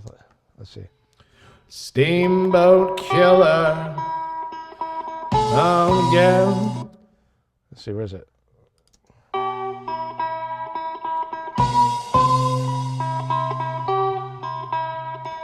Steamboat killer. Steamboat killer. Oh, yeah. Steamboat. Let's take a picture of these lyrics. These are all the lyrics. It's just going to be a short little fun song, you know? We're not going to go too far into it. We're not going to... What happened here? What's this? Let's go. Did we already get lyrics to this? Let's see here. Let's go.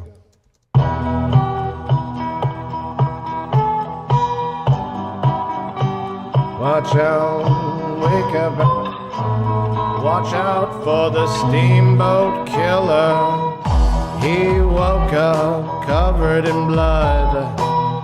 Bone fragments scattered on the rug. They were both fighting for their life. The guy on the floor fucked his wife. Oh no, YOLO, steamboat killer. He didn't mean to kill him, but shit got out of hand. This man, oh no, now walking your line. I see you sitting there wasting your time. Get off your ass and pull the line. Get off your ass and make it mine. Killer, steamboat killer, always at the Skrilla. Don't mess with the steamboat killer. How about this? Let's do like a little, yo, what's up, Laggy Haggy?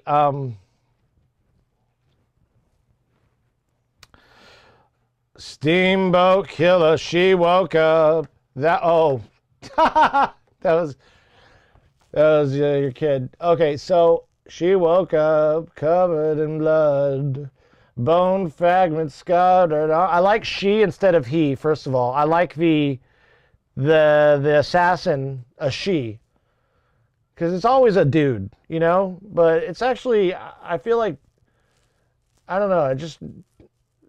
I want to make it more not about a dude. So I was like, okay, bone fragments scattered on the rug, riddled with torment, little regard for life.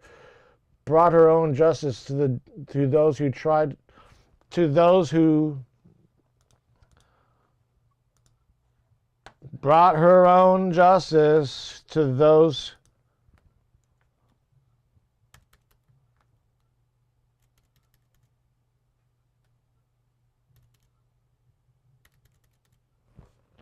to the attempts at her life. Brought her own justice to the, no, brought her own justice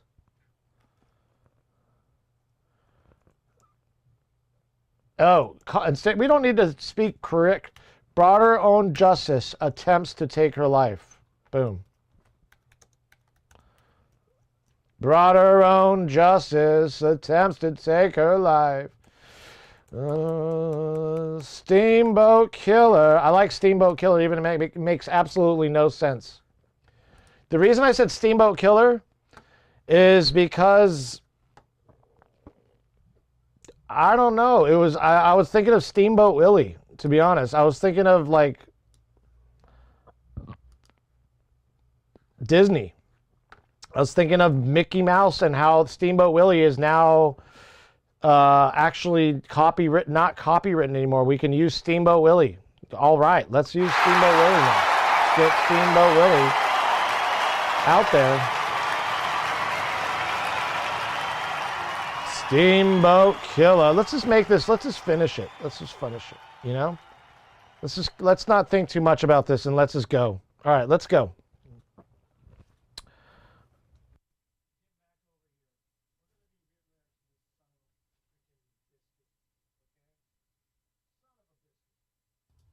Let's go. Hopefully the drift issues aren't happening, but this is when I use exactly what happens when I use loop back. Oh, and we gotta adjust the. I mean, I can technically. I'm okay. I'm actually comfortable with it being a little latent because it gives it kind of a slap delay, but I'm not going to use excuses here. Not going to use excuses. We're not going to use a slap delay based off of the latency of the sample. Let's try this. All right, let's go. Ooh, is that not playing well at 64? Is that not playing well? That is not playing well. Studio One. It could, okay, so it could be one of three things. It could be Studio One.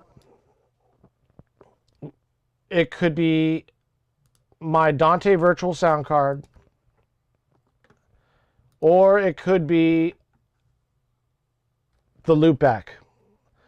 Which the problem stopped happening when I created the Midnight Ride. Let's turn off all these. No, let's keep the feedback window open. Actually, let's close it all real quick.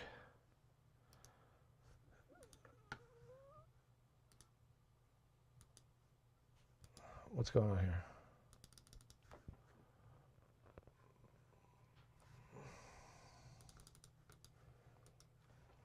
Okay.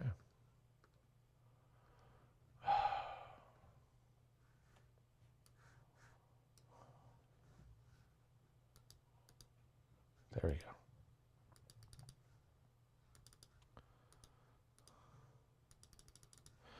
Okay, Studio One. Quit.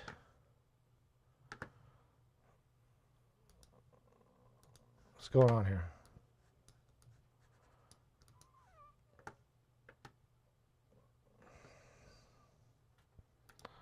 Well, we're gonna have to force quit you if you don't do this, right? Force quit Studio One. Get in the wheel of death. Too many issues. YOLO, what the fuck?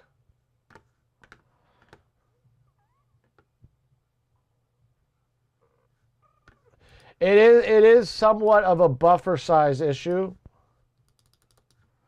But I'm literally, like, Studio One just froze on me.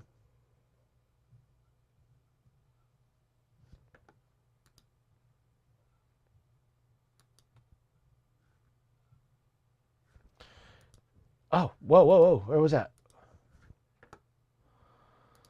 Quit.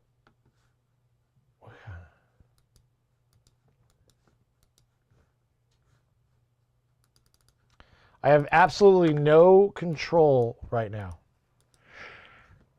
over anything.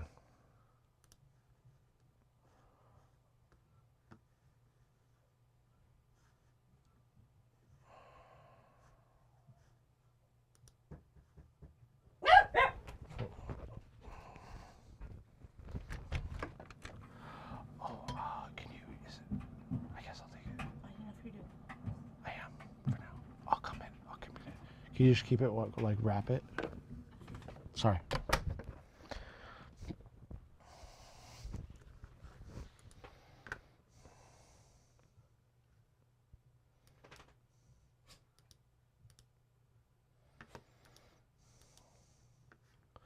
Studio One literally froze and I have no control right now. Oh!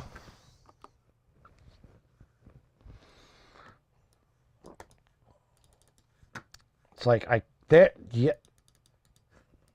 Come on now.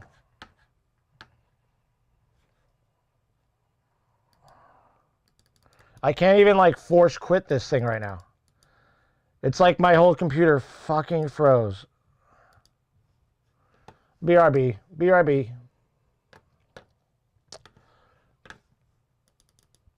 Come on. Come on, come on. It's not even allowing me to do a thing, anything. This is so awkward.